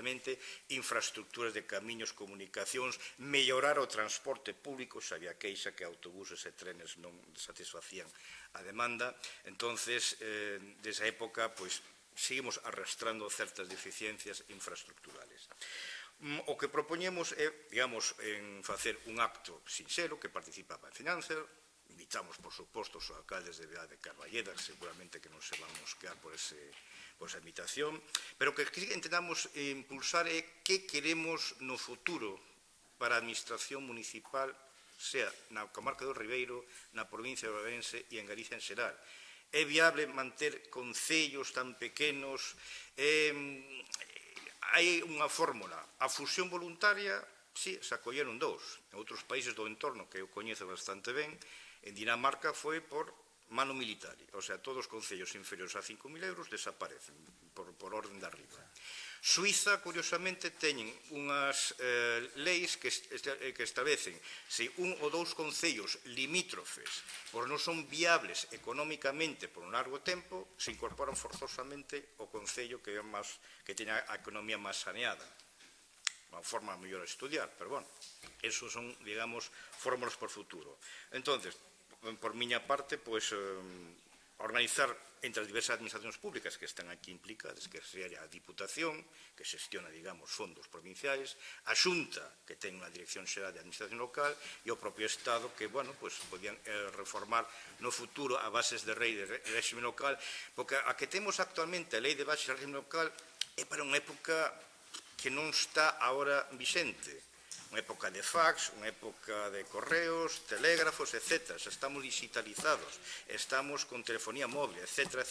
Entón, hai que facer un debate. Que futuro queremos, digamos, para o réxime local aquí en Galicia? Por miña parte, pois, nada máis, e agradecer a atención prestada a esta moción. Ben, grazas, moi breve. Nos vamos a votar a favor e o que si pedimos, si sale aprobada, que entendo que sí, que se faga, non como outras mocións que se trouxo o Grupo Socialista, que se trouxo o BNG e que trouxemos tamén Ribeiro en Común e están sin facer. Algo que, polo menos, unha parte se faga, non? Algo, creo que non costa moito, mostraría interese e estou moi de acordo co debate que hai de fondo. Basta con ler un pouco de historia, non foi falta ser historiador para saber que non estamos inventando nunca nada. Todo sucedeu xa antes e a necesidade de unir forzas e a de modificar fronteiras sigue existindo. A proba está clara. Grazas. Sí, tamén moi breve, que o noso voto vai ser a favor con toda a exposición tan que nos acaba de agasallar Gulín. E, bueno, efectivamente, que saia aprobada, pois que se poida facer unha conmemoración coa participación de toda a veciñanza e que nos sempre imos apoiar todo o que sexan decisións democráticas dos povos.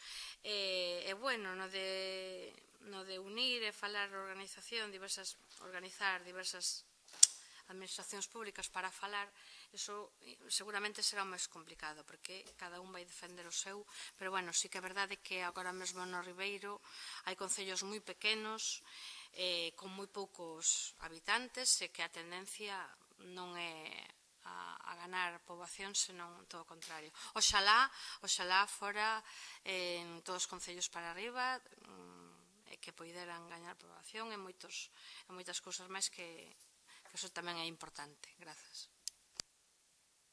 Que anda para o Grupo Popular? Nos imos votar a favor, obviamente. Pouco máis que decir, porque, bueno, a verdad, xa nos diches a todos unha boa lección de historia, porque pos que non acostumbramos. No, pero como sempre cho agradezco, como sempre cho agradezco, como te dices, intentaremos que ninguén se sinta un pouco ofendido, pero nada máis. Gracias.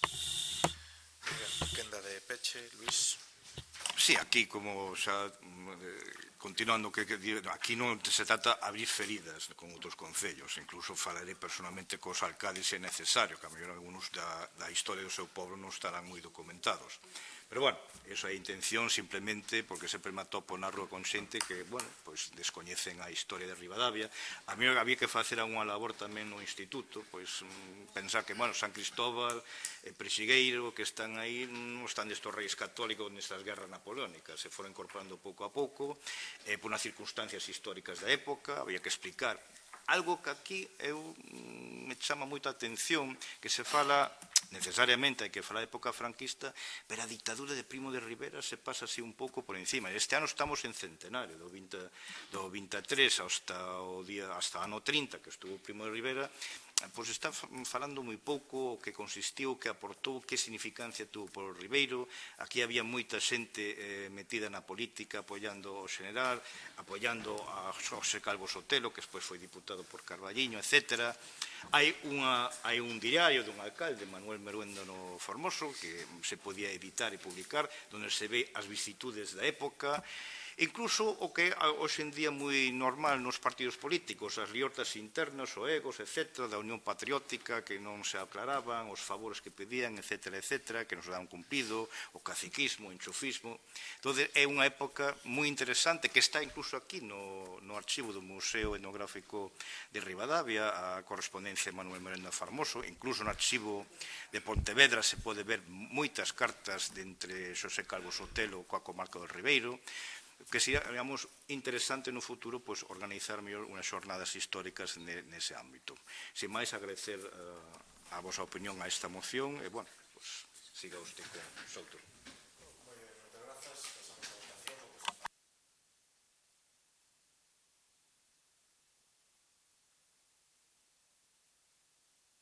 O Goberno do Estado a aprobación inmediata dun Real Decreto Lei individualizado sobre as axudas en materia de transporte.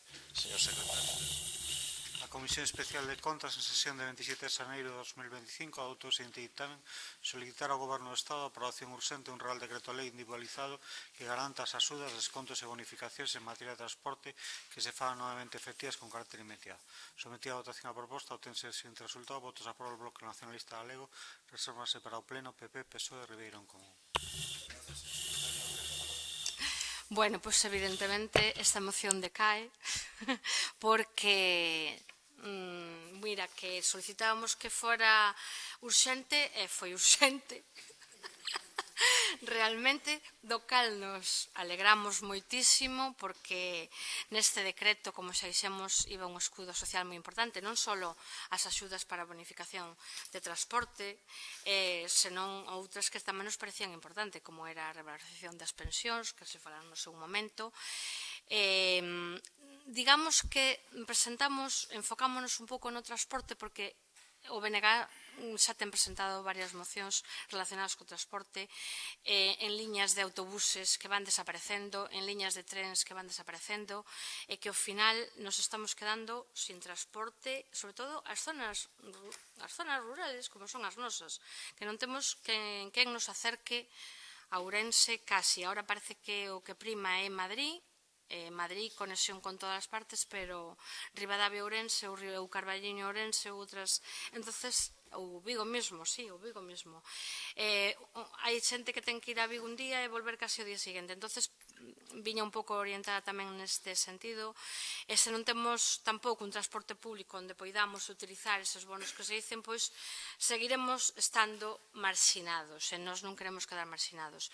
Unha alegría que se aprobe o decreto, que tamén unha alegría que se sumara ao PP. Moitas grazas. Maite, cando dixeches de que a moción, non sei, retirámola da orde do día, non digo eu. Vale, perfecto, pois entonces se retiramos a moción da orde do día, señor secretario, e pasamos ao seguinte punto, que é o octavo, que é a moción de Ribeiro en Común para que o Concello adquira en propiedade terreos con obxecto dotacional para destinalos a un servicio.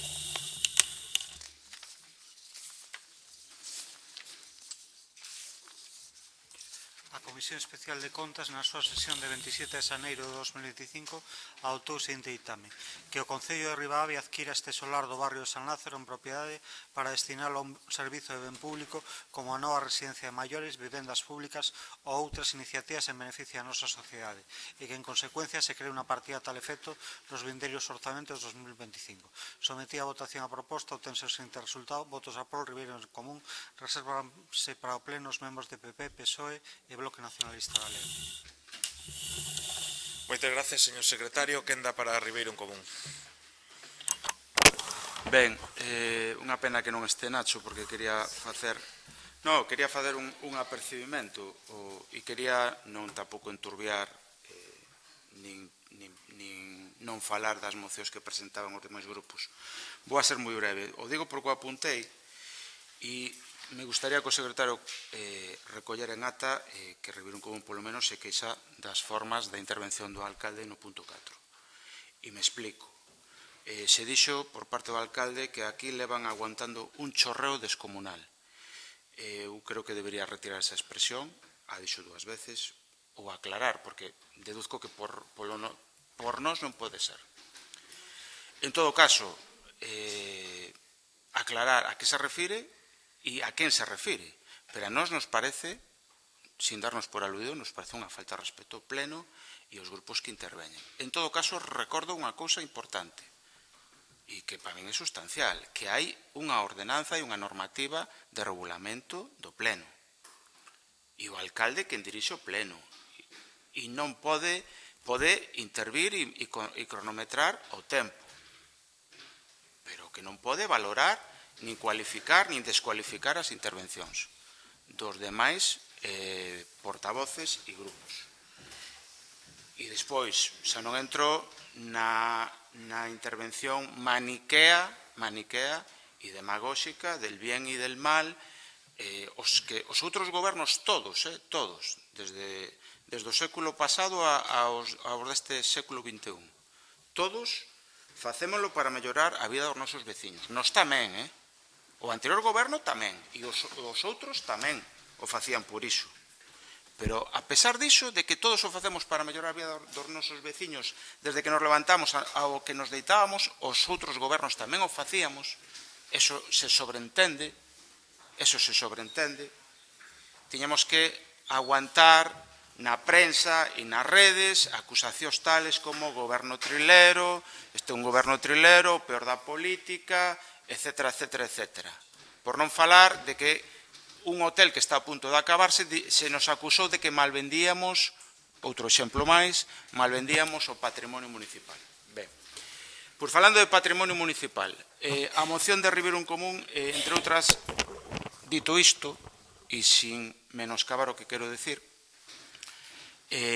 solo é unha proba máis de que facemos tamén propostas en positivo e que tamén estamos aquí para mellorar a vida dos nosos veciños. E o facemos desde que nos levantamos hasta a hora que nos deitamos. E non ganamos nada, non sabemos que non temos carreira política na Deputación, ni no Parlamento, nin sabemos de outras cousas. Ese non é o noso obxectivo. Non o é. Somos unha agrupación humilde, veciñal. Eso sí, temos as cousas moi claras.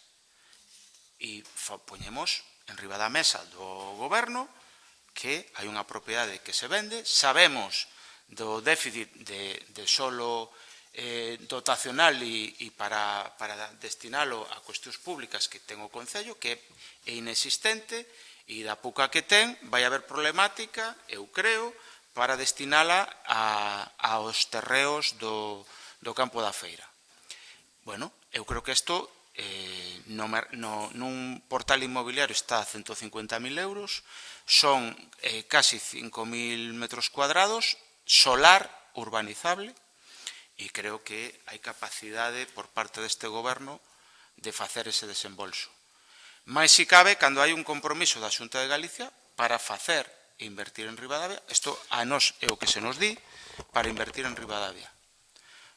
Esta mesma semana estivo a Conselleira de Medio Ambiente, outro día, outras semanas están outras conselleiras, e agardamos que estas visitas sempre veñan con compromisos de investimento. E de verdade, o decimos e traemos esta moción con total honestidade. 150.000 euros de partida, que se poden negociar. Un solar que é urbanizable e que ten máis metros que o único terreo que temos e máis dereito de construción. Máis dereito de construción, que está moi ben ubicado e que, ademais, valería para dinamizar e mellorar unha zona do noso municipio que leva demasiados anos mal. Entonces, creo que se o goberno fora responsable e consciente de que hai déficit de solo, non só para un asilo ou para unha nova residencia de maiores, é que hai déficit para a vivenda. Desde o ano 2003 non se inaugura ninguna vivenda de promoción autonómica en Ribadavia. Esta sería tamén outra oportunidade, outra posibilidade máis, pero é que temos déficit de outras infraestructuras e a ubicación francamente fantástica. Entonces, bueno, creo que os argumentos a favor están en riba da mesa, non sei se haberá para xustificar o seu voto en contra, o veremos. Gracias pola atención. Bueno, pois a nós nos parece ben que por parte do Concello que se poida facer esta adquisición. É unha boa zona, ben comunicada. Sí que, bueno, acaba de decir que podría ser un solar urbanizable. Nos, igual, tamén dentro do Concello se podía facer unha tasación, evaluar que tipo de equipamento se podría facer aí, pero, bueno, calquera das cousas que se mencionou é necesaria para Ribadavia, tanto a residencia como vivendas que estamos. Parece que Ribadavia como que xa non ten para onde medrar nese senso, cando outros concellos sí que foron capaces de seguir construindo, e agora parece que tamén hai demanda de vivenda, hai demanda de alquileres, entonces tamén podería ser unha boa oportunidade. Non sei se o goberno contempla esta proposta que trae Ribeiro en Común, pero o BNG vai votar a favor.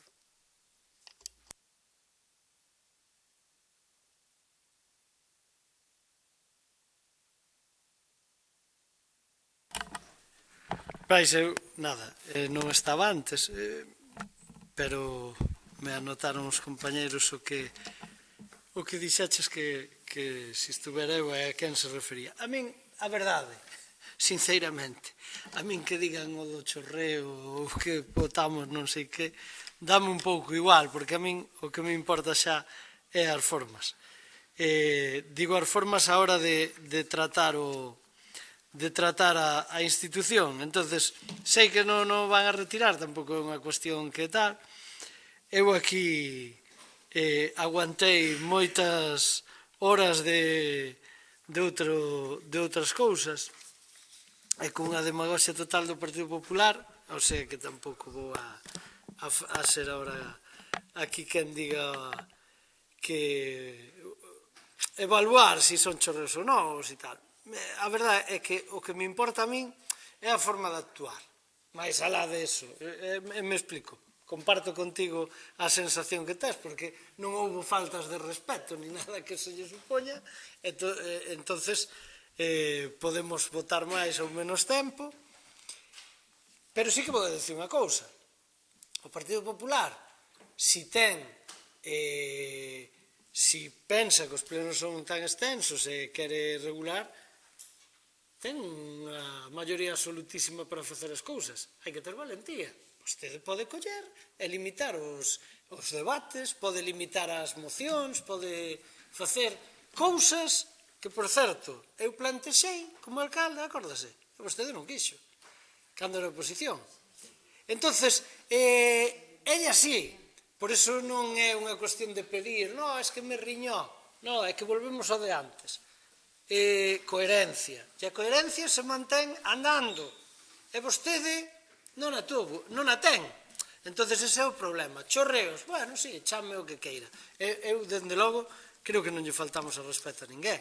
E, polo tanto, podemos ser máis extensos ou non. Volvo a dicir, pode limitar o que vostede queira. Neste momento ten, xa que presume de vir aquí a traballar polos veciños, ora, o que se ofende un pouco que decía, como se os que estivemos aquí agora 22 anos, estivéramos aquí mirando para ir a min, xa sei que se me chamou de todo, é máis, home, porque ao mellor non teño ese carácter que ten vostede de dicirle a todo o mundo o que quere oír. Si é verdade que eu non o teño, a quen lle teño que dicir o que non está ben, ao mellor o fago.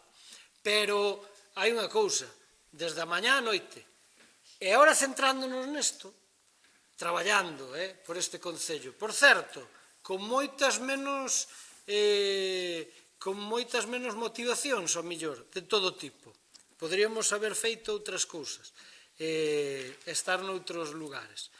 En todo caso, digo, centrándonos nesto, non sei o que vai a votar o Partido Popular, eu, quizás,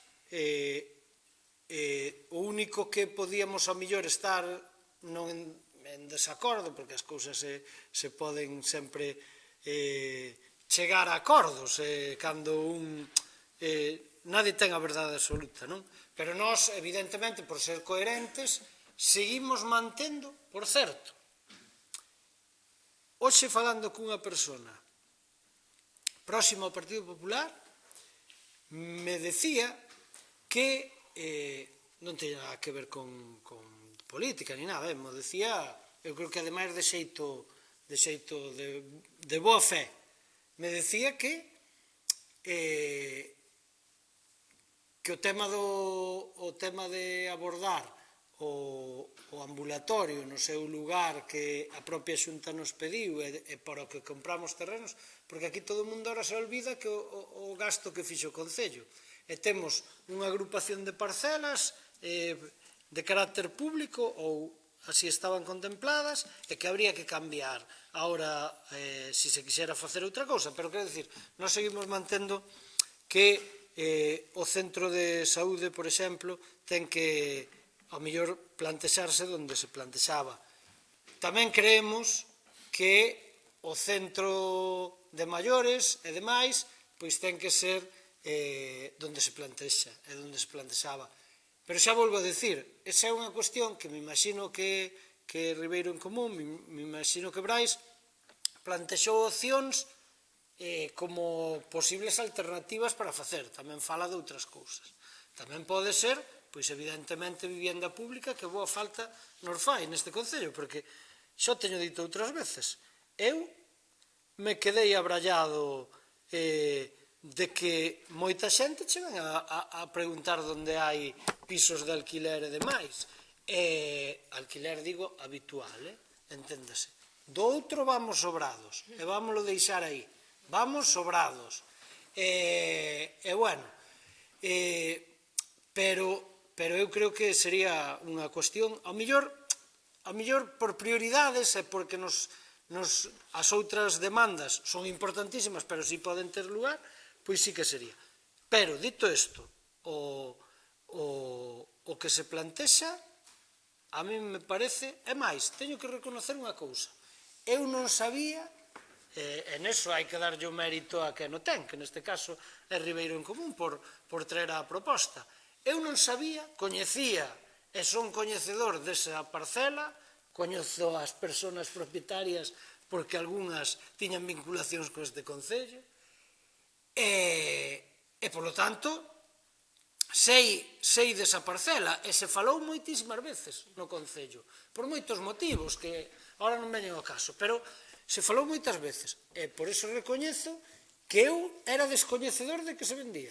Non me fixei nunca, non coincidiu que fun a pé ou que fose, e menos que se pedía este precio.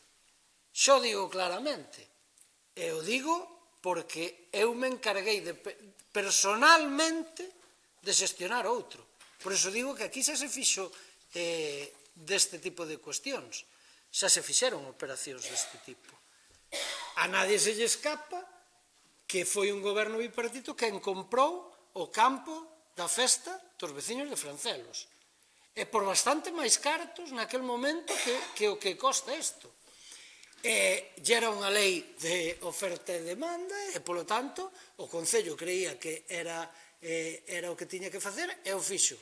A diferencia, o que terá que evaluar o goberno, é que naquel momento que non mercou foi a Xunta de Galicia. E foi a Consellería de Medio Ambiente, porque iba destinado a un fin en si mesmo. Pero eso supoño que o alcalde, que agora vamos á segunda parte, eu paso de que me digan dos chorreos, pero sí que lle teño que dicir unha cousa. El foi o que prometeu que estiba a ser a panacea dos concellos e que iba a vir de todo. A min a proposta me parece excepcional e, polo tanto, lle digo ao alcalde que, primeiro, que a vote e, segundo, que faga o imposible para conseguir esos recursos. Porque sí que é verdade que é unha boa oportunidade. E non vou a dicir, Maito decía que teria que ser un perito e tal, ou alguén que evalúe. Pero eu, desde a miña óptica de haber xestionado outras, porque tamén se agregaron outras ao campo da feira, porque había que mercalas, e naquel momento moitísimos menos metros, este concello pagou máis.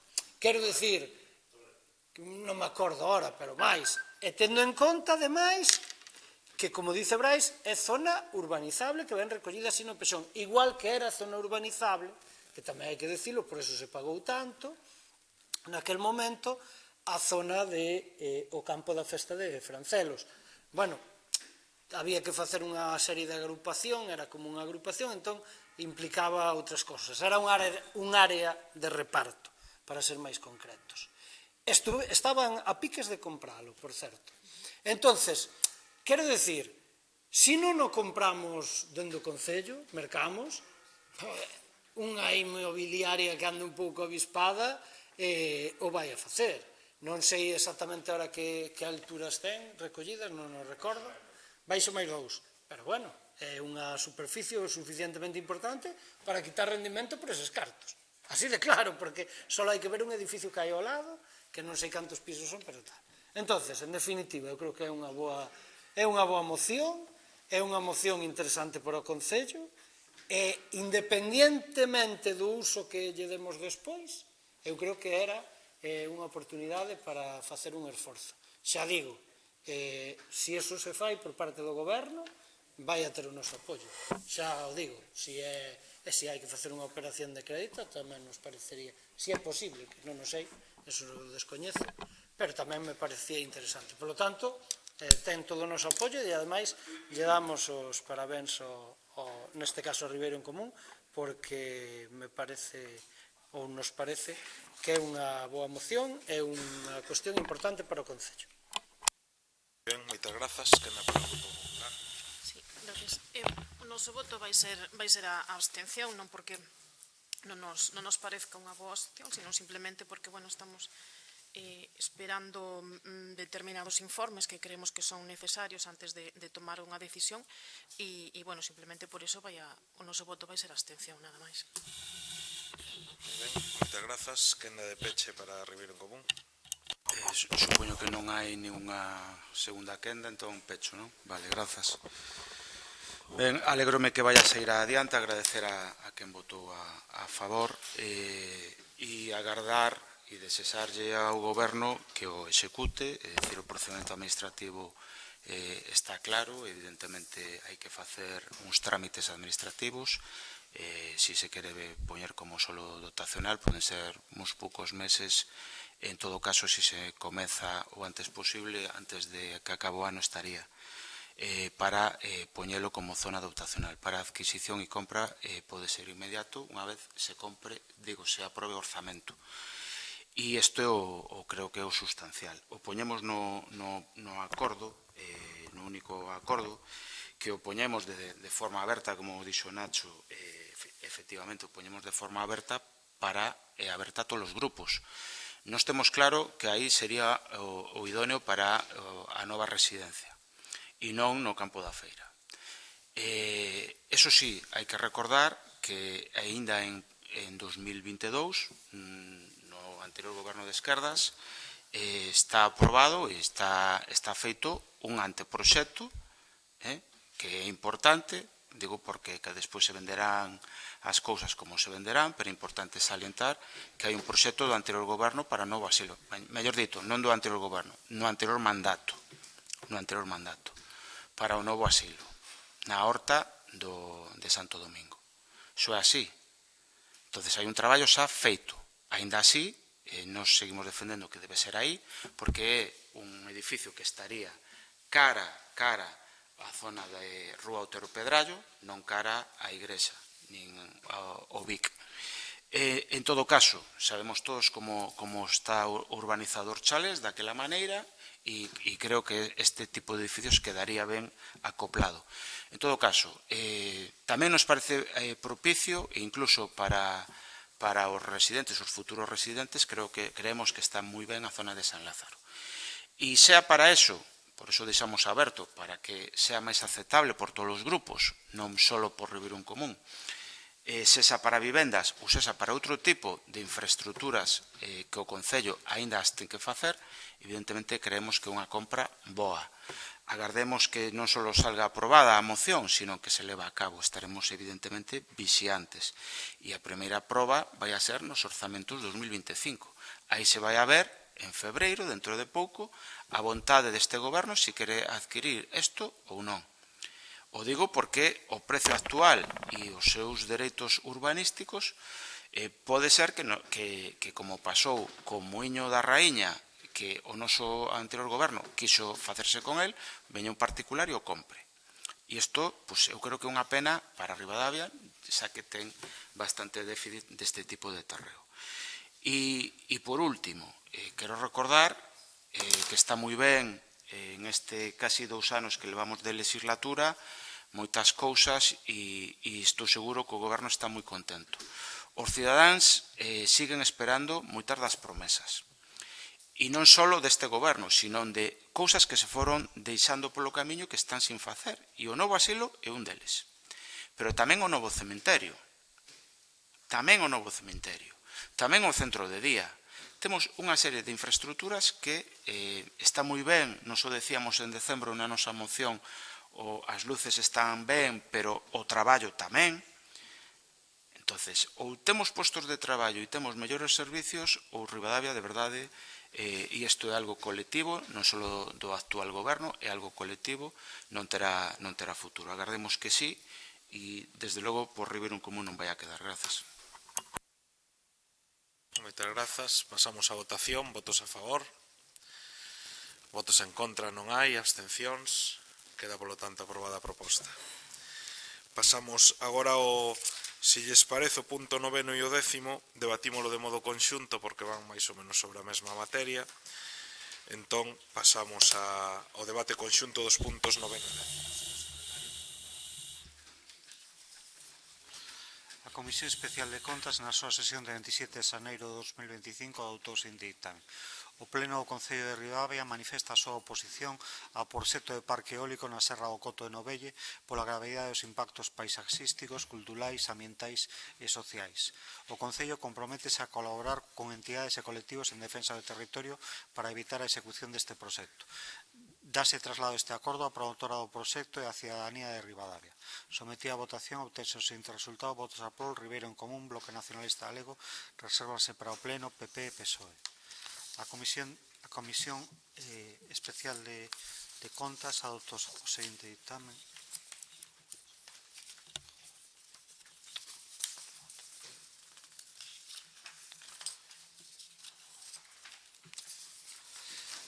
Que o Concello de Ribadavia se posicione en defensa do valor medioambiental e natural do Coto de Novelle e se promova unha declaración institucional ao respecto, rexistando a instalacións de macroproxectos como este no noso medio.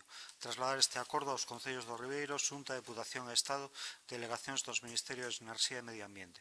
Que se acorde manifestar a necesidade dunha nova política enerxética para Galicia que respete o medio natural e beneficie o territorio e as persoas. Sometida a votación a proposta, obtense o seguinte resultado: votos a polo Ribeiro en Común, Bloque Nacionalista Galego, resérvanse para o Pleno os membros do Partido Popular e PSOE. Moitas grazas, señor secretario. Quenda, en primeiro lugar, para Ribeiro en Común. Ben, grazas. Esta moción semellante xa foi presentada, creo que tamén polo Bloque e Ribeiro en Común en setembro do 23, empezando a legislatura, e se refería a macrobalsa ou a megabalsa que se quere ou estaba planteada a construir encima do Coto de Novelle para trasladar agua desde o encoro de Castrelo ata a cima do monte.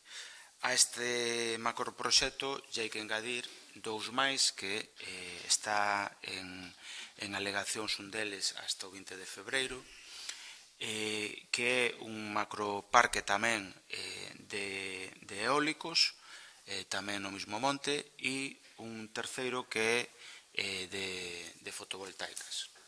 Bueno, entonces nos entendemos que é un abuso, é un pouco abusar do noso entorno, é abusar, ademais, de maneira gratuita e de pagafantas, porque aquí veñen empresas de fora, estropean e xeneran un impacto terrible no noso medio, no noso espazo natural, na nosa fauna, no noso propio clima, como foi o de Castrelo de Miño, e as súas néboas que nos regala frecuentemente, e, sin embargo, pouco queda aquí de beneficio. Nin estes macroproxectos poucos postos de traballo van a xenerar, moitos técnicos e seguramente non da comarca, e, sin embargo, o impacto nunha montaña que é non só o centro da comarca, sino que é visible desde moitos puntos en moitas comarcas lindeiras, creo que vai a ser non merecer a pena. E é unha montaña, ademais, simbólica xa desde os tempos anteriores prerromanos. De feito, o seu nome xa si o di. e, polo tanto, bueno, creo que lle debemos un respeto por parte dos actuais habitantes, porque non vamos a estar aquí sempre, por moito que algún o crea, aquí non vamos a estar sempre. Entonces, eu creo que estamos obrigados coas seguintes xeracións a deixarlle un sitio como mínimo parecido ao que recibimos, parecido, e desde logo non tan degradado como yo vamos a deixar. E creo que isto é suficiente para apoiar as mocións. Grazas. Bueno, pois concordo totalmente, porque de feito a nosa moción sí que iba un pouco máis referida ao parque eólico que está contemplado na Serra do Coto de Novelle, pero sí que levamos desde sempre co da megabalsa e outras cousas reivindicando que, como sempre decimos, acabas de decir, o espolio da nosa terra, sin que no fondo aquí sempre nos veñen proxectos que ameazan para nós, por menos o noso solo, a nosa agua, o noso vento, a nosa vida natural, e ao final non repercuten para nada na economía social, nin na vida dos veciños, como acaba de decir, da nosa comarca. Podemos falar das canteiras de melón, como se di aí, dos parques eólicos na Serra do Suído, nas centrais de bombeo no Coto de Novelle e Filgueira. E agora neste proxecto que nos presentamos, que parece que se quere instalar no Coto de Novelle, que contempla a instalación de ares generadores de ata 220 metros de altura. Nos poñemos aí en canto a estrategia a paisaxe natural que nos rodea, en que pode afectar, e sobre todo tamén no patrimonio cultural, na biodiversidade, nas aves, incluso na saúde da poboación, porque o impacto previsto é moi severo e permanente, destacando o impacto do ruído que poida producir. Traemos estes acordos ao pleno, e nos parece moi importante, porque, como sempre decimos, aquí producimos e outros se levan o que nos producimos, e temos que intentar que a riqueza se quede no noso territorio, repercuta nos veciños. Estamos ahora tamén a piques que nós tamén xa temos traído, de que remate esta concesión da mini central de Presigueiro. Xa ten concedido unha prórroga máis de 50 anos, pois o mellor tamén era xa o momento de que empezara a revertir nos veciños e que se convertira nun ben público como xa creo que xa pasou o suficiente tempo. Nada máis, concordo coa exposición de motivos tamén de Ribeiro en Común.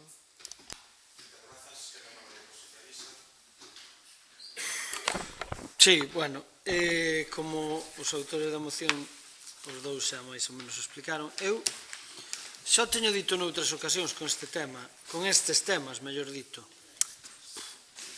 Ás veces aquí se dá a complexidade, vamos a votar a favor as dúas, que vaya por diante. Pero, bueno, se dá a complexidade de que moitas veces non se explican ao mellor os proxectos como se teñen que explicar, aínda que, bueno, eu creo, según teño entendido, o da megabalsa pode estar casi, ou podría estar casi descartado, e, polo tanto, ahora pois xa van por outro camiño, non? En todo caso, o que decía naquele momento, eu creo que o gran problema a veces é non explicar ben os proxectos para que a xente realmente poida facerse composición de lugar. Que ocorre? Que é verdade que moitas veces os proxectos ao mellor non se explican porque precisamente son dañinos para a población. Entonces, esa é a gran incógnita de todo. Por exemplo, porque cando ao mellor contrapós os beneficios, o que decíades, ao mellor de cara a unha comarca ou de cara aos propios veciños, claro, se os veciños lle van a mercar as terras, se o Concello lle interesa porque ao mellor como se chama, o que van a pagar de imposto de construcións é moi alto, pois para calquera alcalde tamén é complicado decir que non, etc. Que ocorre? Ocorre eso que digo eu, que moitas veces a pouca transparencia que hai fai que de principio xa desconfíes evidentemente destas cousas que ofrecen moito e ao final se acaban en nada. E sobre todo por unha cuestión, porque ao final, despois de moitos anos de facer cousas, o que decía, creo que era Maite, bueno, Brais tamén, ao final o que repercute nos povos é pouco. Quero dicir, eu son coñecedor por outros motivos, pero, claro, o embalse de Castrelo, se analizas o que foi no seu momento, ca súa controversia evidentemente que houbo e coa loita, porque para ser a época franquista a xente pelexou desde o punto de vista medioambiental. Pero se analizabas despois ao mellor os recursos que lle deu ao mellor a Ribadavia, pois non digo que compensara, pero ao mellor había 100 personas traballando. O problema é, hoxe en día, todas estas cousas nacen para que non haxa traballo, os beneficios que vai haber para os concellos ao final se acaban quedando en nada, etcétera, etcétera. Entonces, de principio, pois non son boas cousas. E poño un exemplo. Eu xa sei que meu partido ten que ter unha visión diferente, aínda que non diferente, digo, distinta, poño agora como exemplo de Altre. Eu teño un pensamento moi claro. Evidentemente, todos os proxectos van aparellados de informes medioambientais e demais que teñen que cumplir, e a veces como goberno te ves na obliga de dalos independientemente ou non de que estes de acordo, porque se pode dar a situación de que denegues licencias que legalmente non poden ser. Pero, por exemplo, nese tema, Altri creo que empezou a Xunta dicindo que eran 4.000 postos de traballo. E claro, naquel momento, para aquela zona, 4.000 postos de traballo, claro, yo dices ás persoas, os que están ali, dicen, bueno, pois o que vai a facer, e se ainda encima é celulosa, non é outra cousa, pois tal. Claro, cando empezan os problemas? Cando realmente o que dixen eu antes, ahora xa creo que son 400 e xa nin serían os 400. Entonces a xente lle dices, oye, mira, isto xa é así, pero encima nos vas a dañar todo, nos vas a acabar con toda a nosa riqueza, pois mira, que vos den por saco falando mal. Eu creo que por aí van os tiros destas grandes cousas que solo, xa o dixen unha vez, eu creo que a megabalsa esta, eu non recordo aquel debate, pero eu creo que falaban de 100 e pico millóns de euros de inversión ou algo así, ou sea, unha barbaridade, que non a cree nadie, porque, claro, naquel momento, eu xa o dixen, estaban en ebullición os proxectos e as subvencións de Europa, e ao final as empresas o que venden é isto para intentar catar os máximos recursos posibles, se fose posible. Por iso eu creo que ao final moitas quedan en meras intencións, pero aínda así eu creo que as mocións están ben e que nos debemos opoñer e todo demais. E sobre todo, tamén aproveito para dicir unha cousa, que levamos dito moi, o sea, levamos falado os compañeiros nosos do Partido Socialista, e creíamos, ademais, que ao mellor non éramos os máis acaídos para facelo. Digo isto porque no seu momento, claro, confrontábamos ca asociación.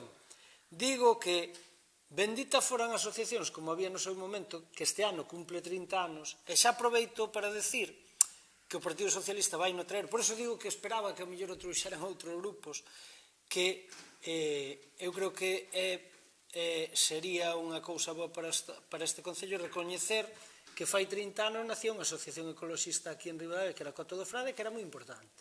E por que digo que era importante? Digo que era importante porque independientemente de que pudéramos compartir visións de cousas ou non, os que estábamos ali sentados, vos aseguro que nos facían tamén repensar cousas.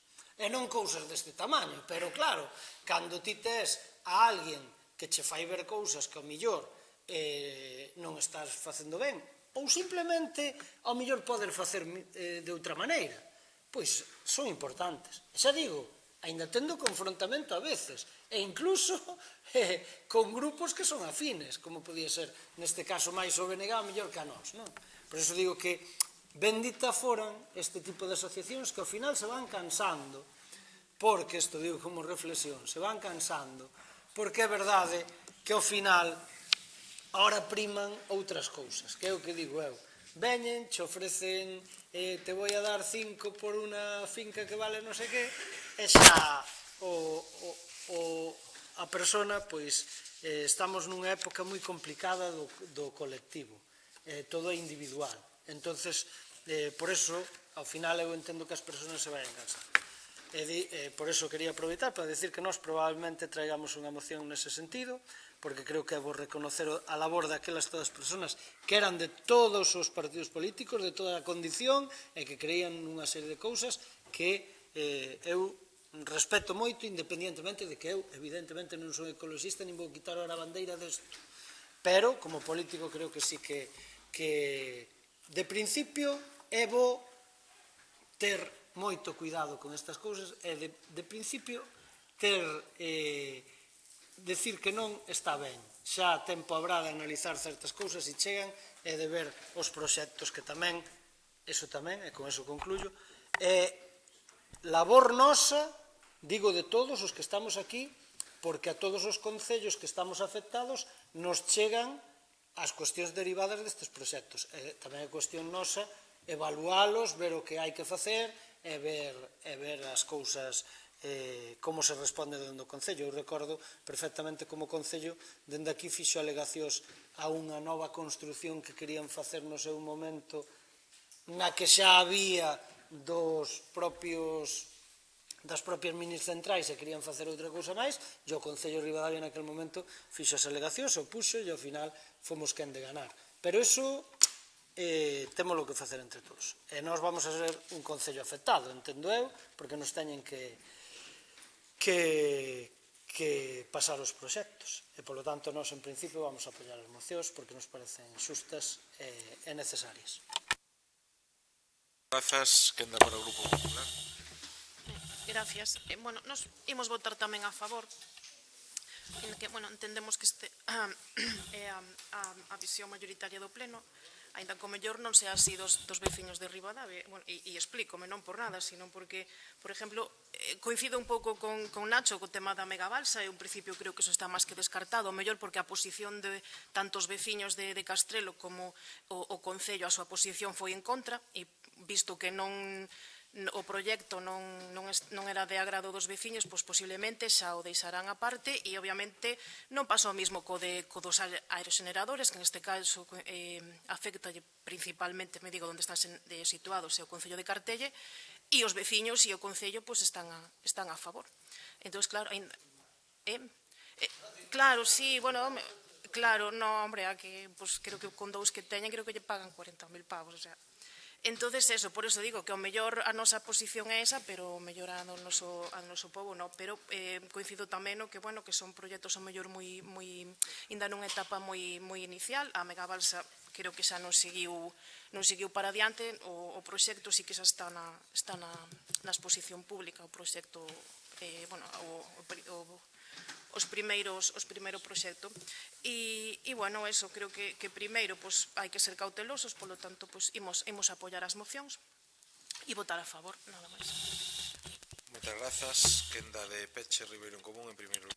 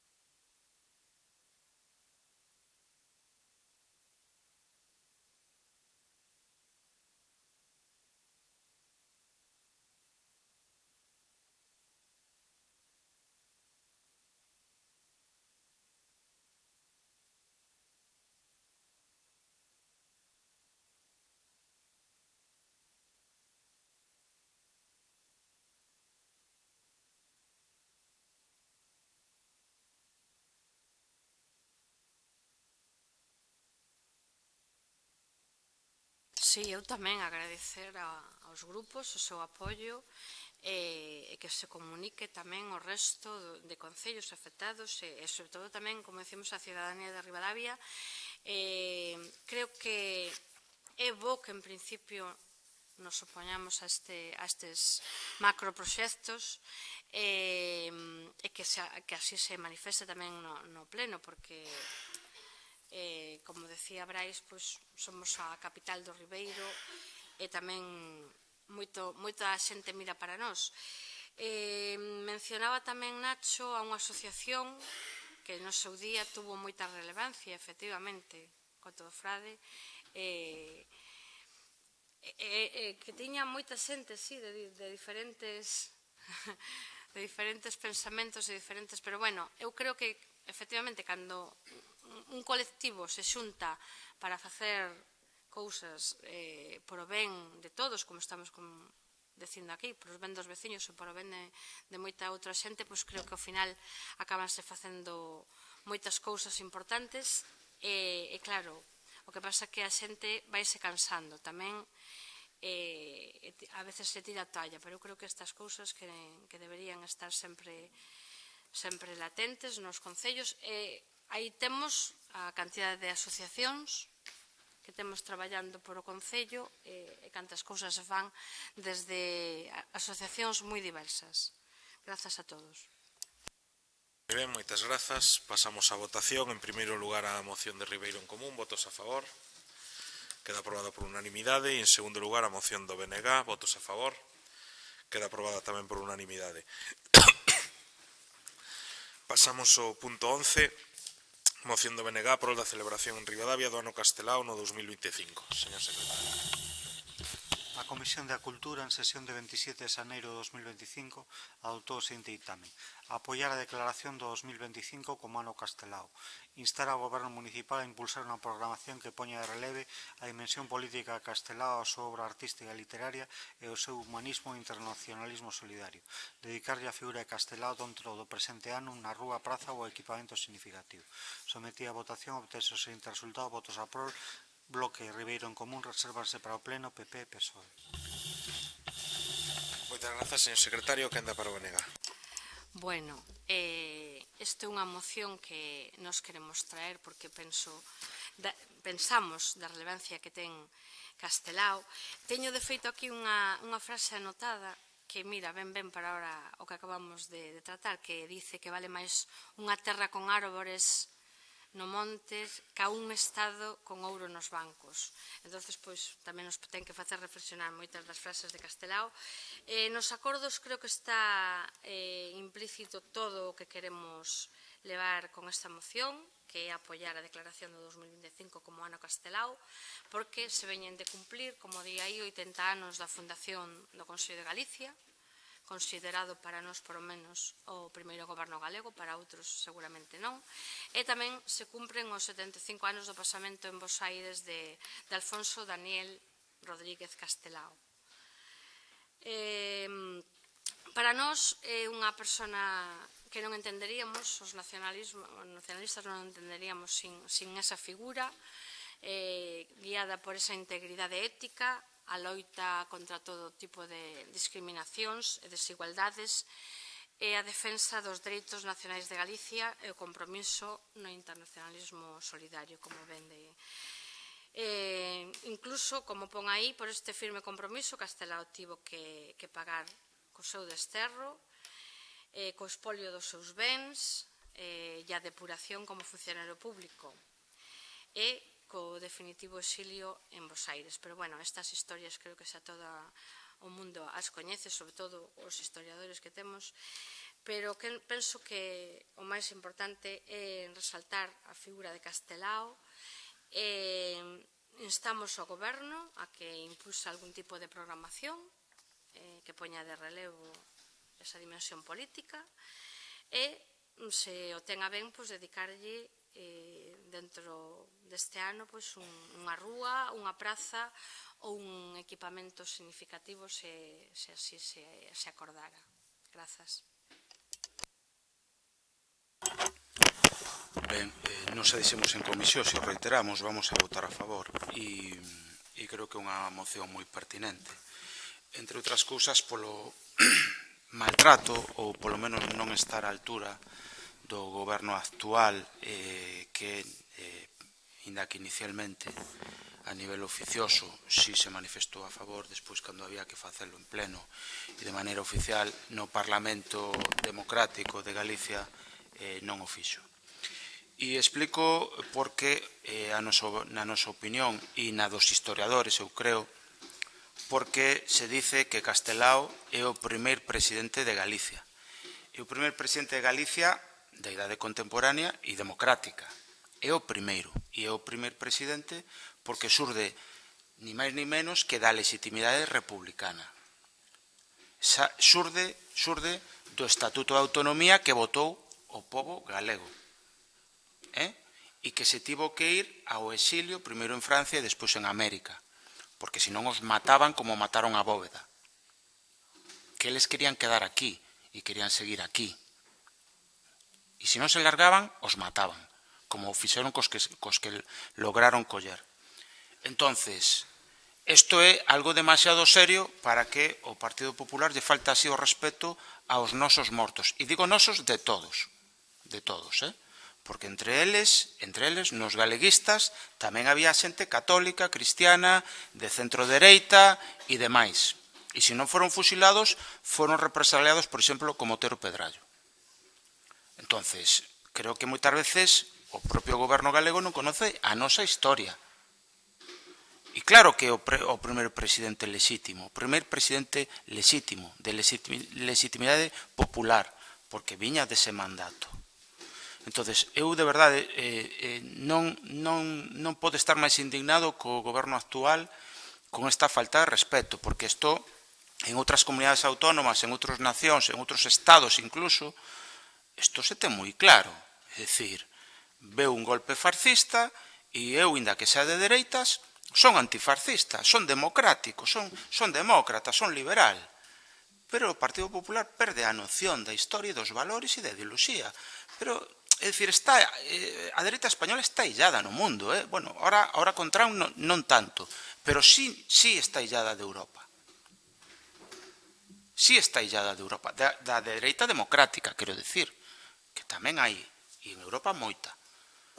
Pero no Estado español hai moi pouca, por desgracia para nós. E este é unha proba máis, e é unha pena, de verdade, porque Castelao, evidentemente tuvo, como calquer cidadán e persoa intelectual, unha maduración e tuvo unha evolución. Non é o mesmo Castelao dos anos 30 ou do desterro de Badaxoz que do exilio en Argentina, evidentemente. Tamén as que tivo que pasar, el e tantos como outros, como a el. Pero quero decir que claro que é pertinente esta moción, claro que é pertinente e é unha pena, de verdade, dá moita pena que Galicia non trate aos seus líderes, aos seus referentes históricos e intelectuais como merece. Oxalá algún día teñamos outra vez un goberno que así o faga. Grazas.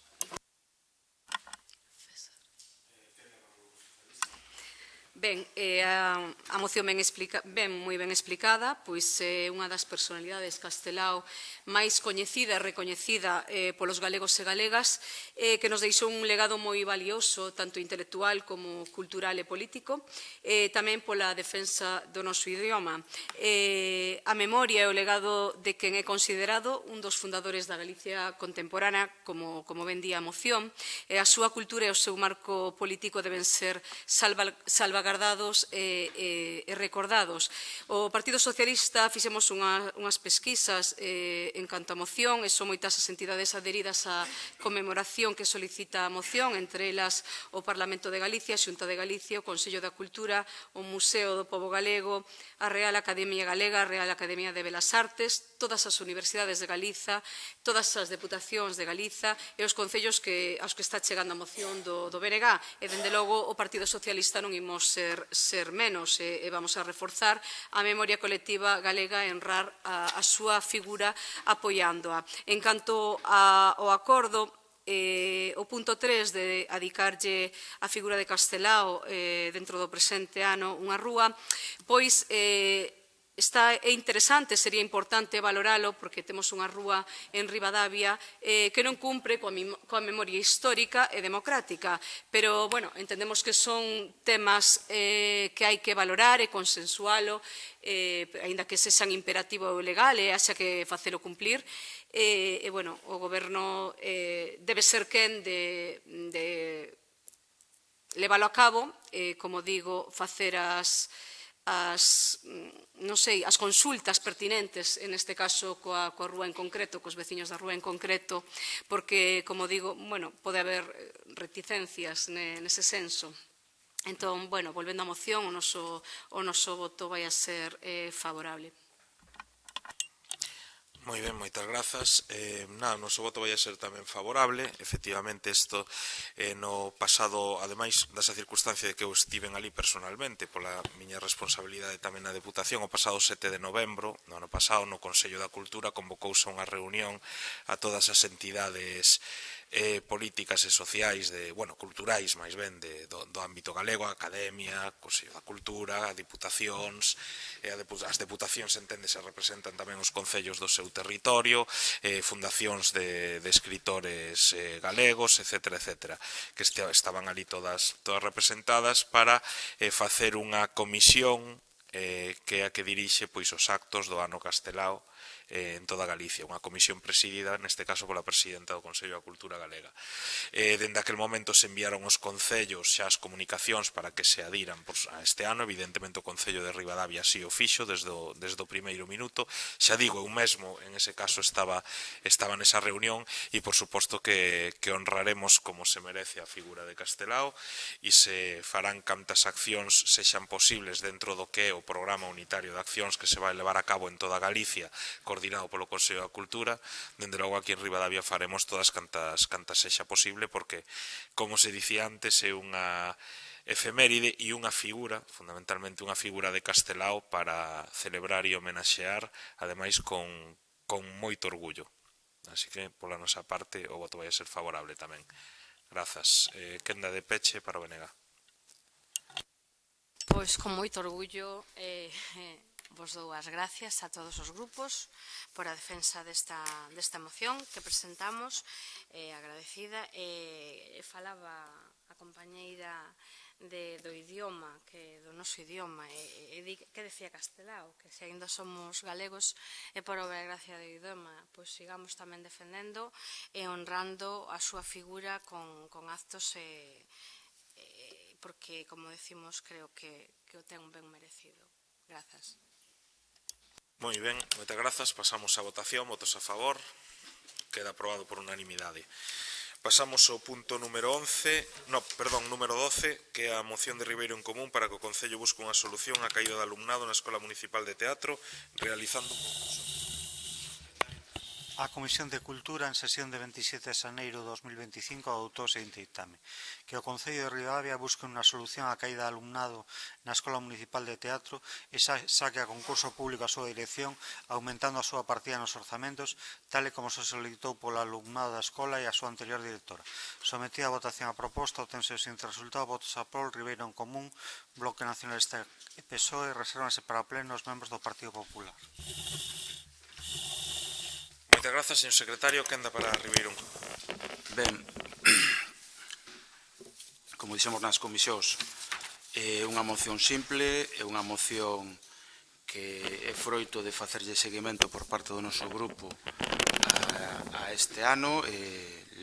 Lembremos que en setembro trouxose xa esta preocupación, trouxose xa este debate, había público, estaba a propia antigua directora. Non a traemos, desde logo, para polemizar, sino para buscar solucións, ou polo menos para propoñer o que nos entendemos é unha solución. E nos amparamos, esta opinión se fundamenta na caída da matrícula que houve, que foi sustancial, case 2/3 de caída. É dicir, é un síntoma claro de que as cousas non se fixeron ben no seu día, e a pesar de que houve advertencias por parte dos grupos municipais, a pesar de que houve unanimidade prácticamente no alumnado a pedir e a solicitar que se retomara esta cuestión e a pesar de todo iso se fixo oídos sordos por parte do Goberno. Pero creo que estamos ainda a tempo. Estás elaborando un orzamento, hai esa posibilidade, evidentemente, hai que facer encaixe de números, como a todo, como facíamos os outros gobernos. Se queríamos subir ya unha partida, teñamos que quitar ou un pouco a outras ou quitar outra. Isto é así, isto é a lei da función pública e dos orzamentos de facenda pública. En todo caso, creo que é unha proposición e unha moción en positivo e o que pedimos é iso.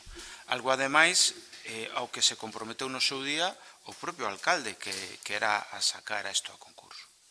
Entonces, nos creemos que temos todos os argumentos a favor para facelo. Creo que simplemente hai que ter vontade e creo, ademais, que sería bo para o alumnado, fundamentalmente, para a Escola Municipal de Teatro, e sobre todo para o futuro do teatro, unha canteira de actores que temos aí na capital galega do teatro. Retomar ese consenso, ese diálogo e o rumbo iniciado no seu día. E ademais creo que tamén que sería un bo xesto por parte do Goberno se rectifica un erro. Creo que é honesto facelo. Todos o temos que facer algunha vez, outros gobernos, cando estábamos no Goberno tamén o tivemos que facer, é o normal. Non todo o mundo acerta a primeira. Se equivocaron, rectifican. Creo que sería tamén bo para o propio Goberno. A todas luces sería bo para todo o mundo. Entonces, bueno, agardemos que salga aprobado e creo que é bo para todos. Grazas. Bueno, xa dixemos tamén en comisións que íbamos a votar a favor, porque tamén creo que estábamos no mismo barco cando se presentou aquí moita xente, o alumnado e incluso a directora. Eu non sei se por parte do Goberno se fixo algún tipo de... se analizou, se visualizou que puido pasar para que, evidentemente, este descenso tan acusado que hai, a que puido ser debido. A nós non nos gusta que pasara isto, porque o seu Goberno e o seu grupo foi quen realmente apostou por a Aula Municipal de Teatro co apoio dos outros grupos. E creo que para Ribadavia é moi positivo que exista, digamos, por ser casi a cuna ou a capital do teatro. Entón, un pouco buscar agora a solución da caída do alumnado, eu creo que eso xa casi a estas alturas é un pouco tarde. Que se debería haber previsto ou que se intuído que iba a pasar, pois ao mellor tamén, e ampliar o orzamento, podes ampliar, penso, porque agora realmente cos alumnos que hai, pois non sei,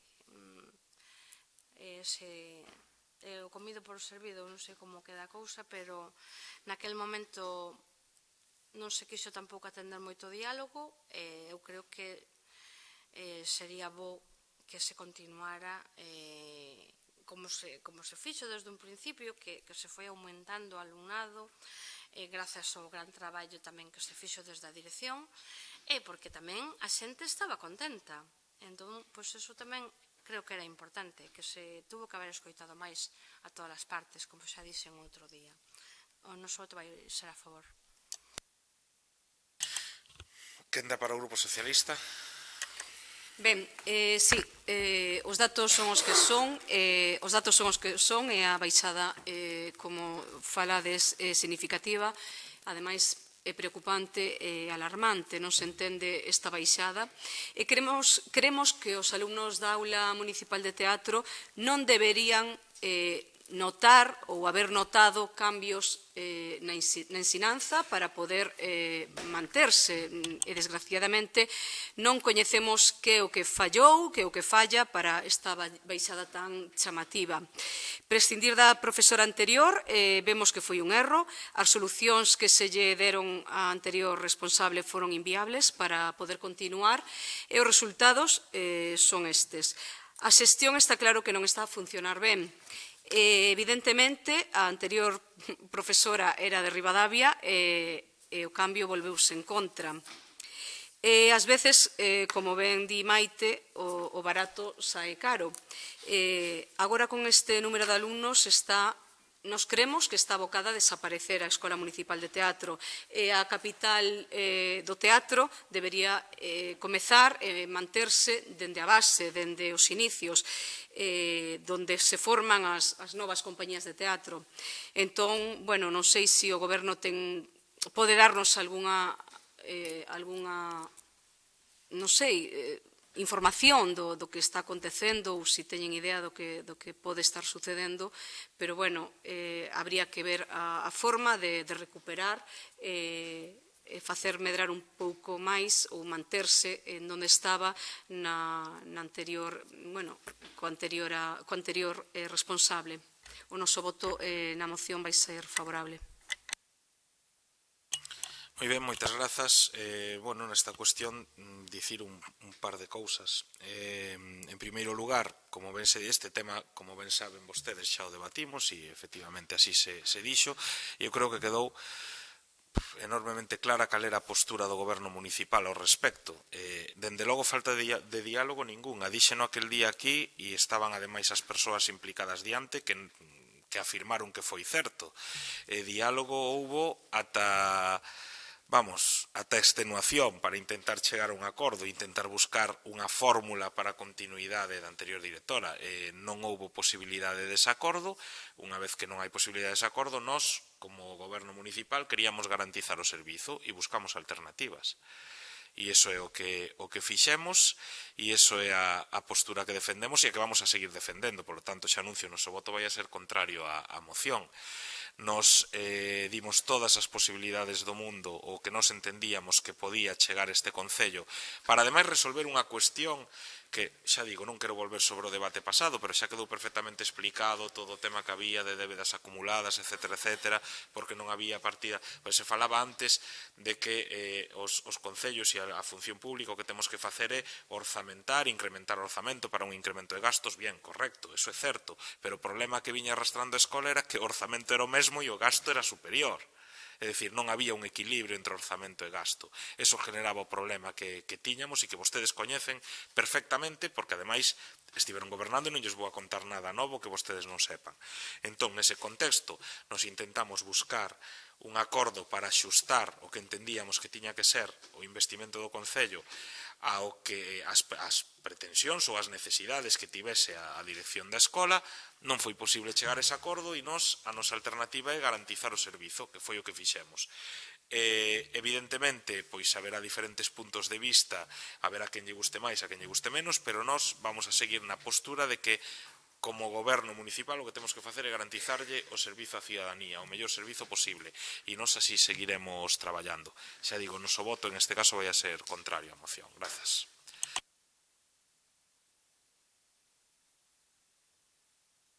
Entendo que o de peche, non? Non sei se os demais grupos lle queren contestar ou non. Vale. Vou poñer o cronómetro que sempre o poño. E para intentar ser breve, que creo que moitas veces o logro. Primeiro, eu non podo aceptar, creo que se equivoca, señor alcalde, sinceramente o creo, non é por polemizar en absoluto, e non podía aceptar o pesimismo expresado por Bloque PSOE, porque creo que se hoxe se quere, se o PP quere, se retoman os números e os datos de alumnado que había, e a ilusión incluso que había no alumnado e na escola de teatro, con 75 alumnos e alumnas, que non son poucos. Algo que tiñamos para estar orgullosos non só en Ribadavia, sino fora das nosas fronteiras, e se derrumba e se destroza así como así. E os argumentos, evidentemente, que esgrimo o alcalde, evidentemente, son partidistas, ou son de parte. Non son reais. Ou, polo menos, son maniqueos, como acostuma a facer. E me explico. Primeiro, fala de equilibrio entre orzamento e gasto. O mesmo falta de equilibrio entre orzamento e gasto que pode haber en servicios sociais dun ano para outro, e hai dúas opcións. ou se quitan os servicios sociais ou se aumenta a partida para que haxa equilibrio. O mesmo desequilibrio no orzamental entre ingresos e gastos, que pode haber en calquer servicio. A Xunta nos Sergas. O Concello pode telo en deportes tamén. Acordades vos cando había moi poucos usuarios? Pechamos o servicio? Pechamos o pabellón? Cambiamos a xestión ou cambiamos o profesional do pabellón? Non. Simplemente fixemos reaxustes, non só o anterior goberno, sino os anteriores, os anteriores e os anteriores. Entón, se nos quere vender como un problema financiero algo que é unha decisión unilateral política, que, ao final, mira que se mandaron notas de prensa por parte do Partido Popular, cuestións en redes sociais, orgullosos da escola de teatro, escola de teatro, escola de teatro. E todo eso era palabrería. Acabamos de demostrarlo ahora. Era absoluto palabrería. Queren decir que teñen un servicio, pero dalles igual se baixa en 2/3. E eu creo que é un erro, pero un erro incluso para eles, porque están demostrando que son autoritarios, que son rígidos, que non teñen capacidade de flexibilizarse, de que se sale mal unha decisión son capaces de rectificar. Insisto, eso teñen que facer todos os gobernos. O podes, despois, evidentemente, argumentar de mellor maneira para quedar o mellor posible. Pero iso é o normal, iso é a política. Pero eu creo que se equivoca, señor alcalde. De verdade, o creo. E creo que, a diferencia do pesimismo que xa mencionei antes, estou seguro que se quita concurso isto e se pon o orzamento que unha escola de teatro de calidade merece e necesita, estou seguro que se retomarían eses 75. Todos, e algún máis. Entón, estamos a tempo. E se non, seguiremos afondando e teremos, se pode decir que buscamos unha alternativa, que garantizamos o servicio, como dixo o señor alcalde, pero que servicio? Na realidade é destrozar o servicio. E eu podía entendelo en setembro para pasar, de alguna maneira, a acabar o exercicio fiscal 2024. Pero ahora que se está elaborando un orzamento novo, que hai capacidade de crear unha partida superior, que se están vendo que os datos do alumnado son nefastos, que o servicio se está destrozando, non entendo como non se rectifica e se recompón a situación. E de verdade que creo que se quedaría ben incluso por parte do goberno. Non sería un mérito, ninguén iba a decir que foi gracias a Ribeirón Común que trouxe esa moción, ninguén, se olvidarían os 2 segundos, os 2 segundos se olvidarían. Ao final, quen iba a poder presumir de ter unha escola de teatro con 75 alumnos é o goberno actual, e renuncian a iso incomprensiblemente, na capital do teatro de Galicia. De verdade non entendo. Incluso creo que se fora asesor seu, lle diría que non fixeran eso políticamente, que é un erro. Pero o que vai a pagar o pato non é políticamente unha cuestión partidaria de un ou outro partido. Quen paga o pato é un bo servicio do que estábamos orgullosos fora das nosas propias fronteiras, que moitos concellos estaban alucinando co ben que estaba funcionando, co gran número que tiña, coa calidade do seu alumnado que facía obras de teatro de enorme calidade. E é unha pena, de verdade que é unha pena que non se sepa rectificar. E evidentemente se poden poñer as excusas que se queiran, pero neste momento se pode facer. Evidentemente, o mellor hai que renunciar a algunha orquesta nas festas, ou hai que renunciar a outros gastos. Eso é así. Pero as prioridades non as fixa Ribeirón Común, eso é o que quiso a sociedade e o que quiso a cidadanía nas eleccións. A fixa o PP e isto é o que temos. Grazas. Votos a favor da moción. Ben, votos en contra. Queda, polo tanto, rexeitada. Pasamos ao seguinte punto, que é o 13, mocións de urxencia. Hai algunha moción de urxencia? Non hai, grazas. Punto 14, rogos e preguntas. Ten a palabra en primeiro lugar Ribeirón Común. Ben, sempre me queixo que este punto é moi extendido por parte de algún grupo e agora o mellor o repito eu. Intentarei evitar que non. Pero é certo que hai cousas que se van repetindo pleno tras pleno tras pleno, e un o fai con tamén, desde que se levanta hasta que se deita coa intención de mellorar a vida dos nosos veciños e de Ribadavia, pero evidentemente debe molestar, o que antes molestaba cando se estaba na oposición por parte do goberno, agora non molesta. E os paparachis quedaron sin carrete e as redes sociais agora é todo festa.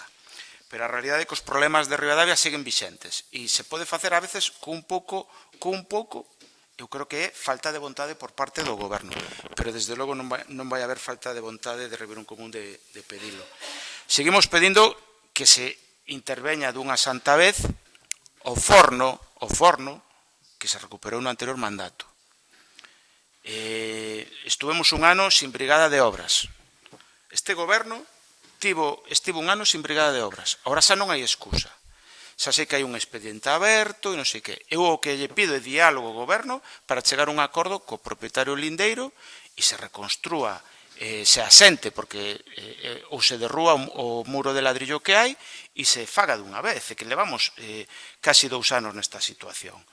E se isto non é así, polo menos se lle cuide o que era o antigo xardín e a limpeza do parque.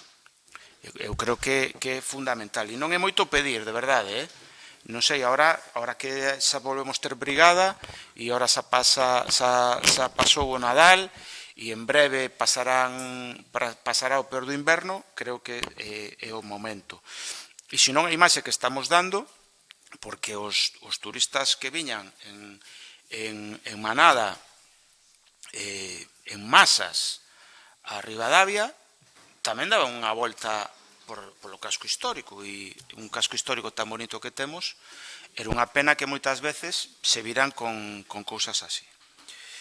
Bueno, volvemos a pedir, se rexeita a subida de partidas para orzamento 2025 para aula de teatro, pero seguimos pedindo que se lle suba a subvención, como se comprometeu o señor alcalde, a subirlle a coral do club artístico, que unha partida de subvención que lle subiu o anterior goberno, quero recordar, e vostede se comprometeu a que iba a seguir subindo esa partida. Sin embargo, non ya subiu. Pedímoslo que o faga para o 2025 e esta vez comprometa a súa palabra. E o dixemos en comisións, pedimos que se suba o bono social. O bono social que creou o goberno, o anterior goberno e a concellería que fala dirixía. E creo que merece a pena que se siga subindo, porque os precios da luz, entre outras cousas, siguen subindo. Falábamos antes da moción do coto de Novelle e a realidade é que aquí estamos rodados de minicentrais, encoros, eólicos e eu sempre fago a analoxía. En Arabia Saudí non pagan o petróleo nin a gasoil igual que en Galicia. É lóxico, eles producen enerxía. Nós, sin embargo, producimos enerxía eléctrica e pagamos o mismo que calquer territorio que non teñen ese recurso. É alucinante. Entonces, eu o que sí que pido é que os concellos, xa sei que o sustancial da crise debería abordalo o Goberno do Estado e a Xunta, pero os concellos temos que facer o posible. Eu pediría que se subira ese bono social. E pediría tamén, o dixemos reiteradas veces, o dixemos ainda no pleno de decembro e o repetimos, que se suba a partida orzamentaria 2025 para aumentar os recursos de limpeza viaria. E non é, xa o dixemos por activa e por pasiva, non é unha crítica aos barrendeiros en absoluto. É que somos conscientes que a demanda aumentou, a sociedade aumentou, sobre todo os fins de semana, se temos máis xente, aumentou. E é pertinente aumentar personal. O que non era de recibo era que estaba o pobo cheo en Nadal co tema das luces, e non só co tema das luces, porque moita xente que ven a Nadal a visitar a familia, e se atopaba as rúas moi sucias, e o que atopábamos era unha persoa de servicios sociais, de prestación social, quero decir, facendo o que podía, pero eso non é un servicio pertinente, e de verdade, a veces estaba ben para salir do paso. Nós tamén o facíamos, non é unha crítica nese sentido, pero creo que esa demanda e esa necesidade aumentou.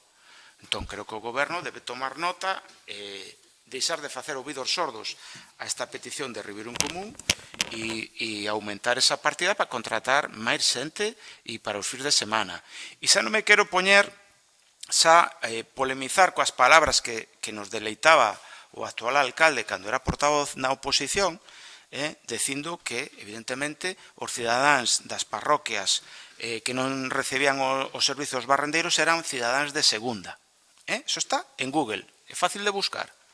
Xa non me quero poñer nesa tesitura. Non somos outro tipo de oposición, pero tamén facemos este tipo de peticións en positivo.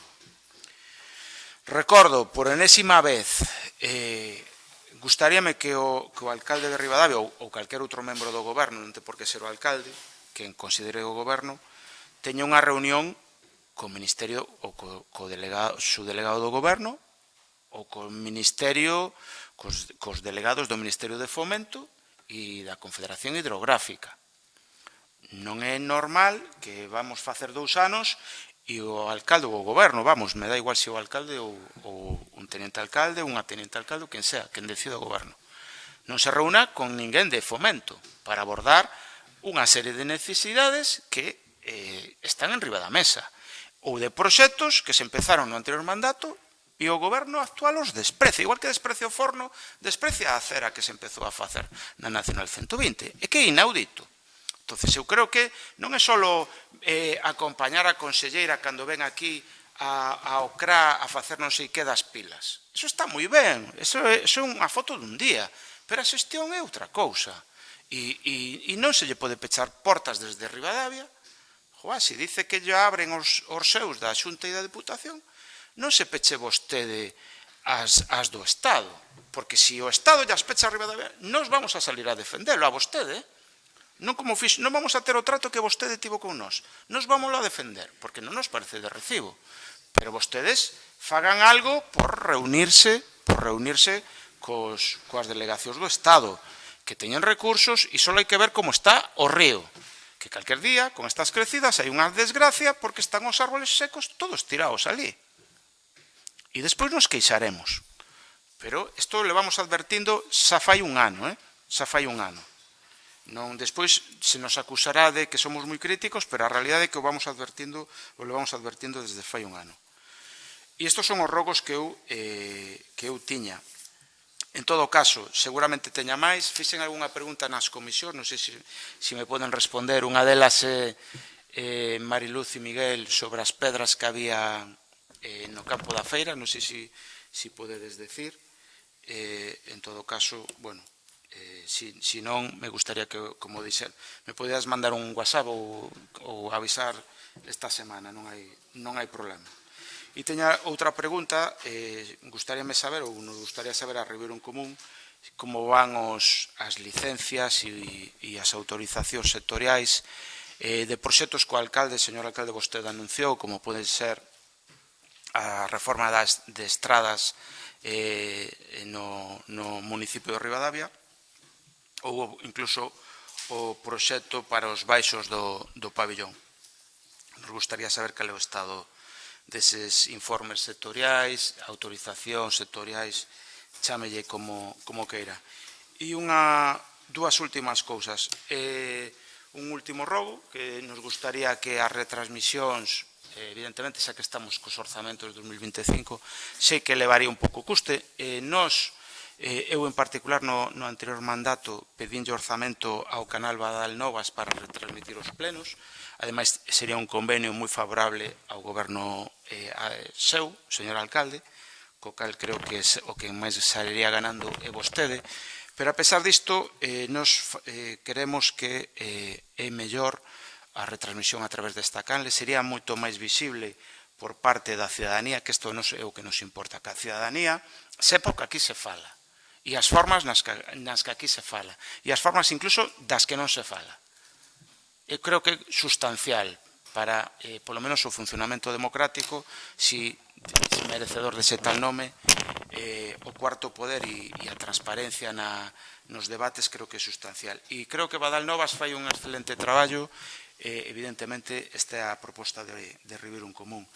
E unha última, tuvemos unha queixa respecto a un caso sucedido no local social de Francelos, unha queixa, creo que a implicada é a concelleira Clara, pero non en absoluto queremos polemizar, simplemente queremos que se lle pida disculpas a esa clase e a esa profesora e a esa xente e nada máis, non queremos tampouco polemizar con esa cuestión. O digo porque, senón, evidentemente, o traeremos outra vez aquí e o mellor aí sí que polemizamos. Grazas. Tomamos nota dos rogos, en referencia a permisos sectoriais están en tramitación todos, e sobre esta última cuestión que dice, pois nada, recabarei a información pertinente e xa, pois, falarei ou falaremos con quen sexa oportuno. Gracias. Quenda para BNG. Bueno, eu vin que todavía estaba cortado a cera antes de chegar a Ponte San Francisco. Non sei se xa viñeron ou se hai algún proxecto ou algún tipo de actuación que se vai a facer aí, porque vin que xa pon que non se pase por aí. Despois xo dixen en comisións que parece ser que lle roubaron os motores de agua da Groba. Perdón, que lle roubaron, ao parecer, os motores das aguas, da agua. Non sei se lle pediron algún tipo de axuda para facer algún tipo de actuación, que non lle volva a pasar. Xa me imagino que bueno, como digo, quen foi a roubalos sabía onde estaban, claro.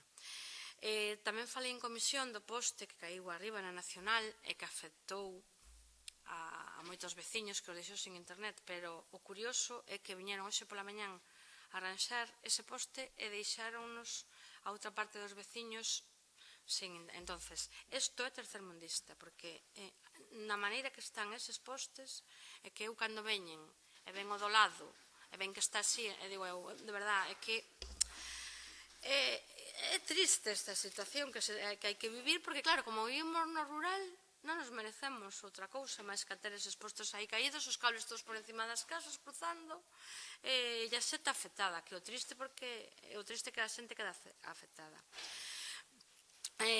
Esta é unha pregunta que ao mellor xa non sei se xa se fixo, xa se ten contestado, porque sei que a Deputación destina a Ribadavia 50.000 euros para a redacción de proxectos. Non sei se se fixeron ou se xa están gastados eses cartos. E nada máis, tamén decir que detrás do noso campo en Ventosala siga vendo pedras, se se precisan para algo, aí están. Porque, bueno, a moitas xa roubaron, a min tamén me costa. Roubaron, que mal queda, levaron. Quedan mal, roubaron, levaron así. E despois tamén pedir que xa que se retiraron, creo que xo pedín, xa que se retiraron os aparellos de columpios levaron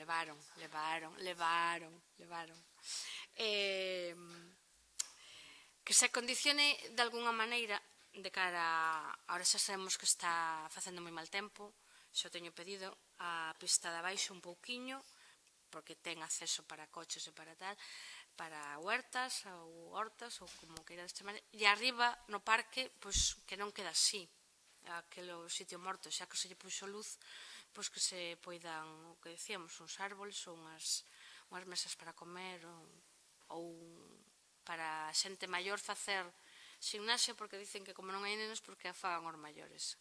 Grazas. Moitas grazas, tomamos nota dos rogos. En referencia a Ponte de San Francisco, efectivamente están facendo un estudo, nos aínda non nos pasaron as conclusións dese estudo, de cal é a situación exacta e de que actuación hai que levar a cabo para corrixila. En referencia ao motor da Groba, nos sempre colaboramos coa asociación en todo o que necesiten e todo o que nos planteen, o sea que nese sentido farase como se fai sempre no Concello. Certo co do poste da carretera, e a verdade é que é un problema que, por exemplo, houbo que cortar o cable, cortaron nos servizos municipais por indicacións de tráfico porque estaba atascando a carretera, botou horas atascando a carretera e a compañía de telefonía parece ser que non ten servizo de emerxencias. Entonces a Guardia Civil de Tráfico nos digamos que nos dixo que tiñamos, ou nos ordenou, entre comillas, ou nos dio indicación de por seguridade vial cortar o cable. Evidentemente se contacta coa empresa e vamos a intentar que se corrixa a deficiencia que hai agora que me está vostede comentando, da cual non tiña coñecemento. Redacción de proxectos, e deste tema xa falamos en outras ocasións. Esta é unha subvención nominativa da última modificación de crédito da Deputación e aínda está sin recibir, vale, está o expediente en tramitación, pero bueno, xa lle dixéramos daquela e xa lle digo, os proxectos que van incluídos aí son o do albergue, o do propio polideportivo, o da carretera da Veiga en San Cristobo, o de... había algún máis por aí, bueno, os proxectos que estaban redactados, e que xa contestei a esta cuestión hai 2 ou 3 plenos, en novembro, creo, non? Ben, e nada máis, tomamos nota dos rogos. Non sei se me queda algunha cousa pendiente. Vale, grazas. Grupo Socialista. Sí, eu solo, bueno, temos un recordatorio para a Concelleira de Servicios Sociais para que nos mande por escrito que comentamos nas comisións, vale?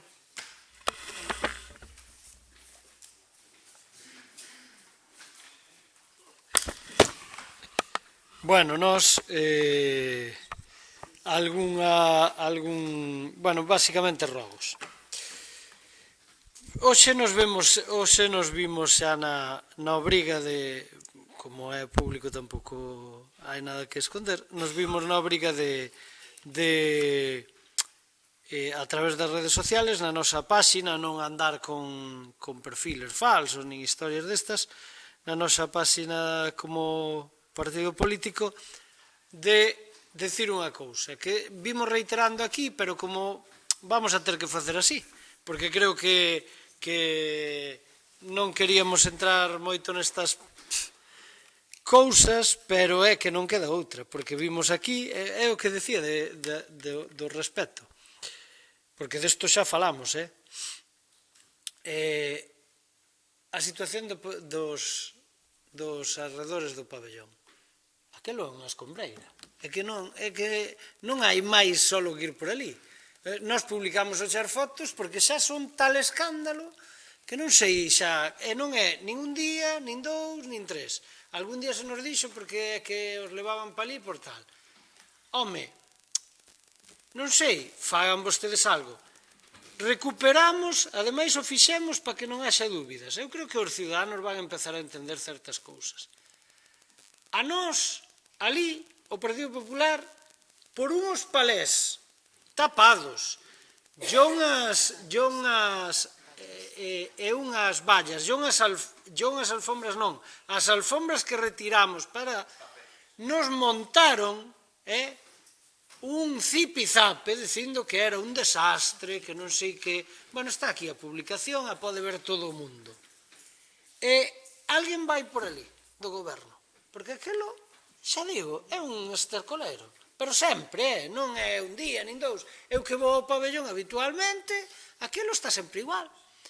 Entonces, se lle añadimos que se gastaron 50.000 euros máis xa no que vai de legislatura, polo menos, ou, bueno, non sei se 50 ou perto, no fallido, e digo fallido punto limpio, porque eso, volvemos ao da coherencia. O dixemos desde un principio que non iba a valer e non vale. E dadelle as voltas que queirades, pero non vale, non soluciona os problemas. Entonces, se eso lle añadimos eso, a recollida da Diputación é un puñetero desastre, a dos trastos, era mellor que a fixéramos nós, porque a facíamos mellor, tamén o temos dito. Entón, se aquela é a solución, pois estámoslle vendendo, que ahora direi o seguinte, estámoslle vendendo aos veciños que vamos facer ali unhas salas de non sei que, e aquelo, o mellor que lle podemos decir é que pode ser, ao mellor peso se nos autorizan, poñer ali uns contenedores e botar ali as cousas. Ao mellor hasta a Confederación si autoriza eso, outro non sei. Entonces, home, non sei, xa o pedimos así, o pediremos por escrito, e o facemos ver, porque non lo dicen os veciños. Pero bueno, fagan vostedes o que queiran, sigan así que ao final o tempo pon a cada un no seu sitio. E como é o refrán, detrás de mí vendrá quen bueno me hará. É así. Despois, falando do pabellón tamén, aí sí que rogamos que haxa unha comisión, xa o dixen outro día en comisións, nunca mellor dito. Ten que haber unha comisión dos grupos políticos co proxecto que vostedes foron a vender a burra antes que tela atada. Vostedes foron con 1.300.000 euros dicindo aos veciños que iban a facer, xa o discutimos no anterior pleno. Vostede discutiuno comigo nos propios turnos de rogos e preguntas. Eu lle dixen cal era a problemática. Temos que abordar ese tema porque se todo vai como vostede anunciou que ten que ir, ese proxecto non é viable. Xa lle digo ahora. E sei por que o digo. Non é viable, é imposible. Non é posible ter os permisos a tempo e en forma. Porque estamos falando de 1.300.000 euros e non se pode despachar un dicindo que cunha comunicación previa que, por certo, chega á Confederación non se sabe nin o que. Home, sexamos serios, porque se vendemos os proxectos hai que facelos con rigor. Díxenlle outro día. E sobre todo de semellante envergadura. E máis, e xa yo digo, para que non haxa dúbidas, e nós queremos ademais que se faga. Pero se non se pode facer este ano por a premura do que fora, porque lle meteron un gol á Xunta de Galicia, poñámoslle sentido para facer as cousas ben. Porque senón vai meter vostede nun problema aos técnicos desta casa innecesario. Porque non nos obligue a facer cousas que ao millor despois supoñen un problema para este Concello. Xa llo dixen antes. Entonces, abordemos esa situación porque de verdad non é só o tema de permisos. O tema orzamentario tamén ten un problema. Estamos en febreiro. Por moito que a modificación que dixo vostede que iba a ir, hasta onde eu sei, mañá non hai ninguna modificación na propia Diputación. Entonces, temos problemas con ese tema. Abordemos os problemas. Solo, yo digo, porque a mí me preguntan, que esa é outra, se entrara unha demagogia, César, eu recordo, isto xa é unha anécdota, pero unha anécdota para que vexamos, volvo a decir o da coherencia. Era un despilfarros 48.000 euros de remodelar os jardinillos. Eran 48.000 euros. Fixas de ti o que se fixo ali. Non che recordo, ou si che recordo, de ya está la cárcel hecha e só faltan los presos. Esa é unha frase que xa teño aquí que é para enmarcar. Os presos son todos os nenos de todos vos que levan xogado ali durante casi unha década. E ti fixeches esa afirmación. Con 48.000 euros me tachaba de despilfarrador. Bueno, pois eu, que vou ao pabellón agora, escoito a xente que me ven a decir que va a desgastar ali 1.300.000 euros. E xo digo en serio, me veñen a preguntar e me dicen se vai a ter piscina, se vai a ter sauna e se vai a ter maquinaria. E non estou dicindo de broma. E outro día lle dixen que non, que son 3 salas adecuadas, cos vestuarios e tal. E a xente bota as manos á cabeza. Entón, vender as burras está moi ben, pero ollo que a burra. Porque eso, a meu modo de ver, si que é un despilfarro. Si non leva nin maquinaria, o sea, que teñamos sensatez. Porque a mí me parece un gasto excesivo para o que se quera cometer ali. E despois o tema de como vamos a abordar, se se chega a facer, etc. etc. Entón, se queres contar con os grupos, ben, se non, teremos que dicir o que teñamos que dicir no seu momento. Non nos acuses de non haberlo dito antes, porque me parece a min que está fora de todo, non sei, sentido común.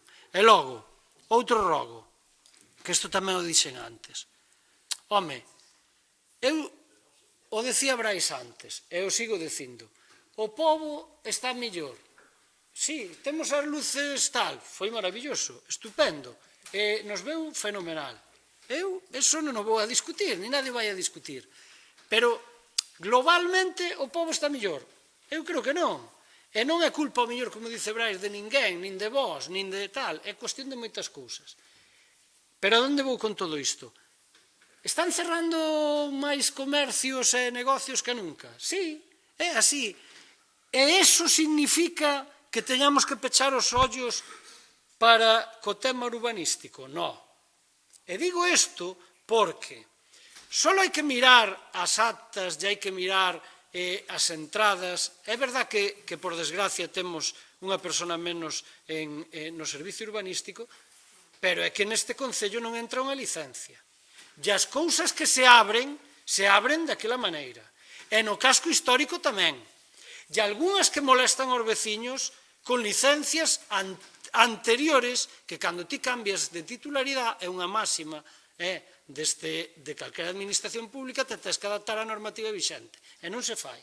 Entonces, teñamos control no termo urbanístico.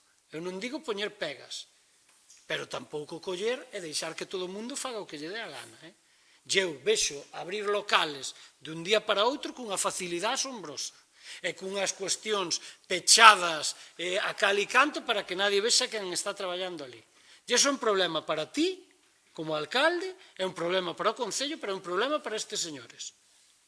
Vale? E a min, políticamente, o que che pasa a ti, evidentemente non é o meu problema. Si como veciño non me gusta. Pero políticamente non é o meu. Pero para esta xente, sí. E che digo en serio, dadevos unha volta en certas cousas. Porque non hai unha... Eu mirei as licencias que hai aquí. E non se corresponden. Entonces, un pouquiño de rigor, porque non podemos facer o tema de que uns tuveran que facer todo e tal, e ser malos, claro, é que pedirlle, exigirlle a xente que cumpla normas é complicado. Vale, eso tendeso en conta, si queredes, como sempre. Eu xa non vai ser por falta de pedilo. E despois, outro día, o decíamos tamén, con isto remato, porque hai miles para decir, unha, botemos llamado o tema de Presigueiro, alcalde, senón é un problemón, botade llamán, fai algo, non sei o que, podes contar que nos axuda, se fai falta, pero non fagades, por un lado, non deixar que as asociacións, ou polo menos que a asociación que quería coller, ou a xente que o quería coller, porque a mellor é afín non é afín ao Partido Popular, poñerlle pegas e despois deixar todo a la buena de Dios. Entonces, poñedelle sentidiño, porque non creo que sea de recibo.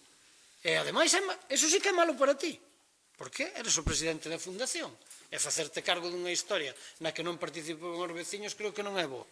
Entendes? E eu creo que aí o teño dito moitas veces, vas a ter o noso apoio. Xo digo sinceramente, xo tú veches, non o collechedes porque, bueno, vos pode o sectarismo. E despois, e non digo que vos pode a vos como goberno, ollo, e despois outra cousa, no tema, ahora que hai nova concelleira, xo dixen outro día, Brais xa pediu comisión, sei que vai haber, sei que o tema de tráfico está complicado porque tampouco temos xente.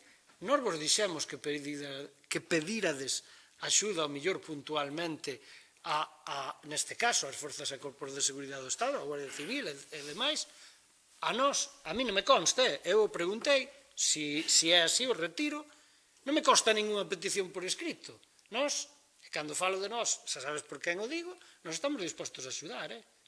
Eu dixen, creo que fai un mes e medio ou dous. Nós, como goberno de España, estamos dispostos a axudar, se o queredes facer, e podemos axudar. Pero, dito isto, tendes 3 policías solo, vale, como tiñamos os demais, pero o mínimo é, levamos un ano, a ver se te enteras ti, porque eu en comisións creo que non me fan nin puñetero caso. Levamos un ano, cerca dun ano, pedindo que se poña a señal da entrada da plaza que proíbe estacionar e que proíbe e que dice que isto é unha zona peatonal. Xa houve xente que tuvo que vir aquí, estaba estacionada, chegaron aquí os guardias e dixen, mira, porque hai espabilados, mira que non hai señales. E leva un ano, César, eso é deixadez. Está aí o pau, antes ainda estaba o pau solo, ahora xa está así tirado. Entonces, home, Non sei. Nacho, de todas formas, creo que na Rúa do Franco de Santiago tampouco hai ninguna señal e a xente non entra pa catedral en coche. Bueno, entendes o que quero dicir? A xente tamén ten unha cara que é descomunal. Sí, eso xa sabemos. Pero o que dice é certo. Pero non lle poñer fácil. Eu tiñas un vado permanente como os hai que non son municipales e che ven o espabilado de turno e che dice que la multa a ver como se la metes. Pois isto é así. Eu quero dicir, aínda que só sea por, e se non quitado o pago, vamos, é que se apostos a eso, non sei. É un pouco o que queremos reiterar, habría 100.000 para pedir, pero non é o caso nin polas horas nin por o debate. Pero, bueno, non sei se Luís tes. No, simplemente agradecer por parte dos vecinos da Foz a volta a casa do contenor de vídeo que chegou onte. E tamén que se haya arranxado aquel muro que está un pouco deteriorado na rampa de acceso á pasarela e a rápida intervención para eliminar aquela balsa de agua que se había formado estes días aí na rampa coa petición de limpiar os sumidoiros das beiras rúas da Foz, porque deben estar tascados de area, de restos forestales ou incluso de restos zoolóxicos que veñen por aí a veces quedan aí atascados. E unha petición ou pregunta de veciños de Sampaio que parece ser que as fontes non botan agua, que hai aí non sei que que ven de aí do monte, que está algo cortado. Que pasou aí?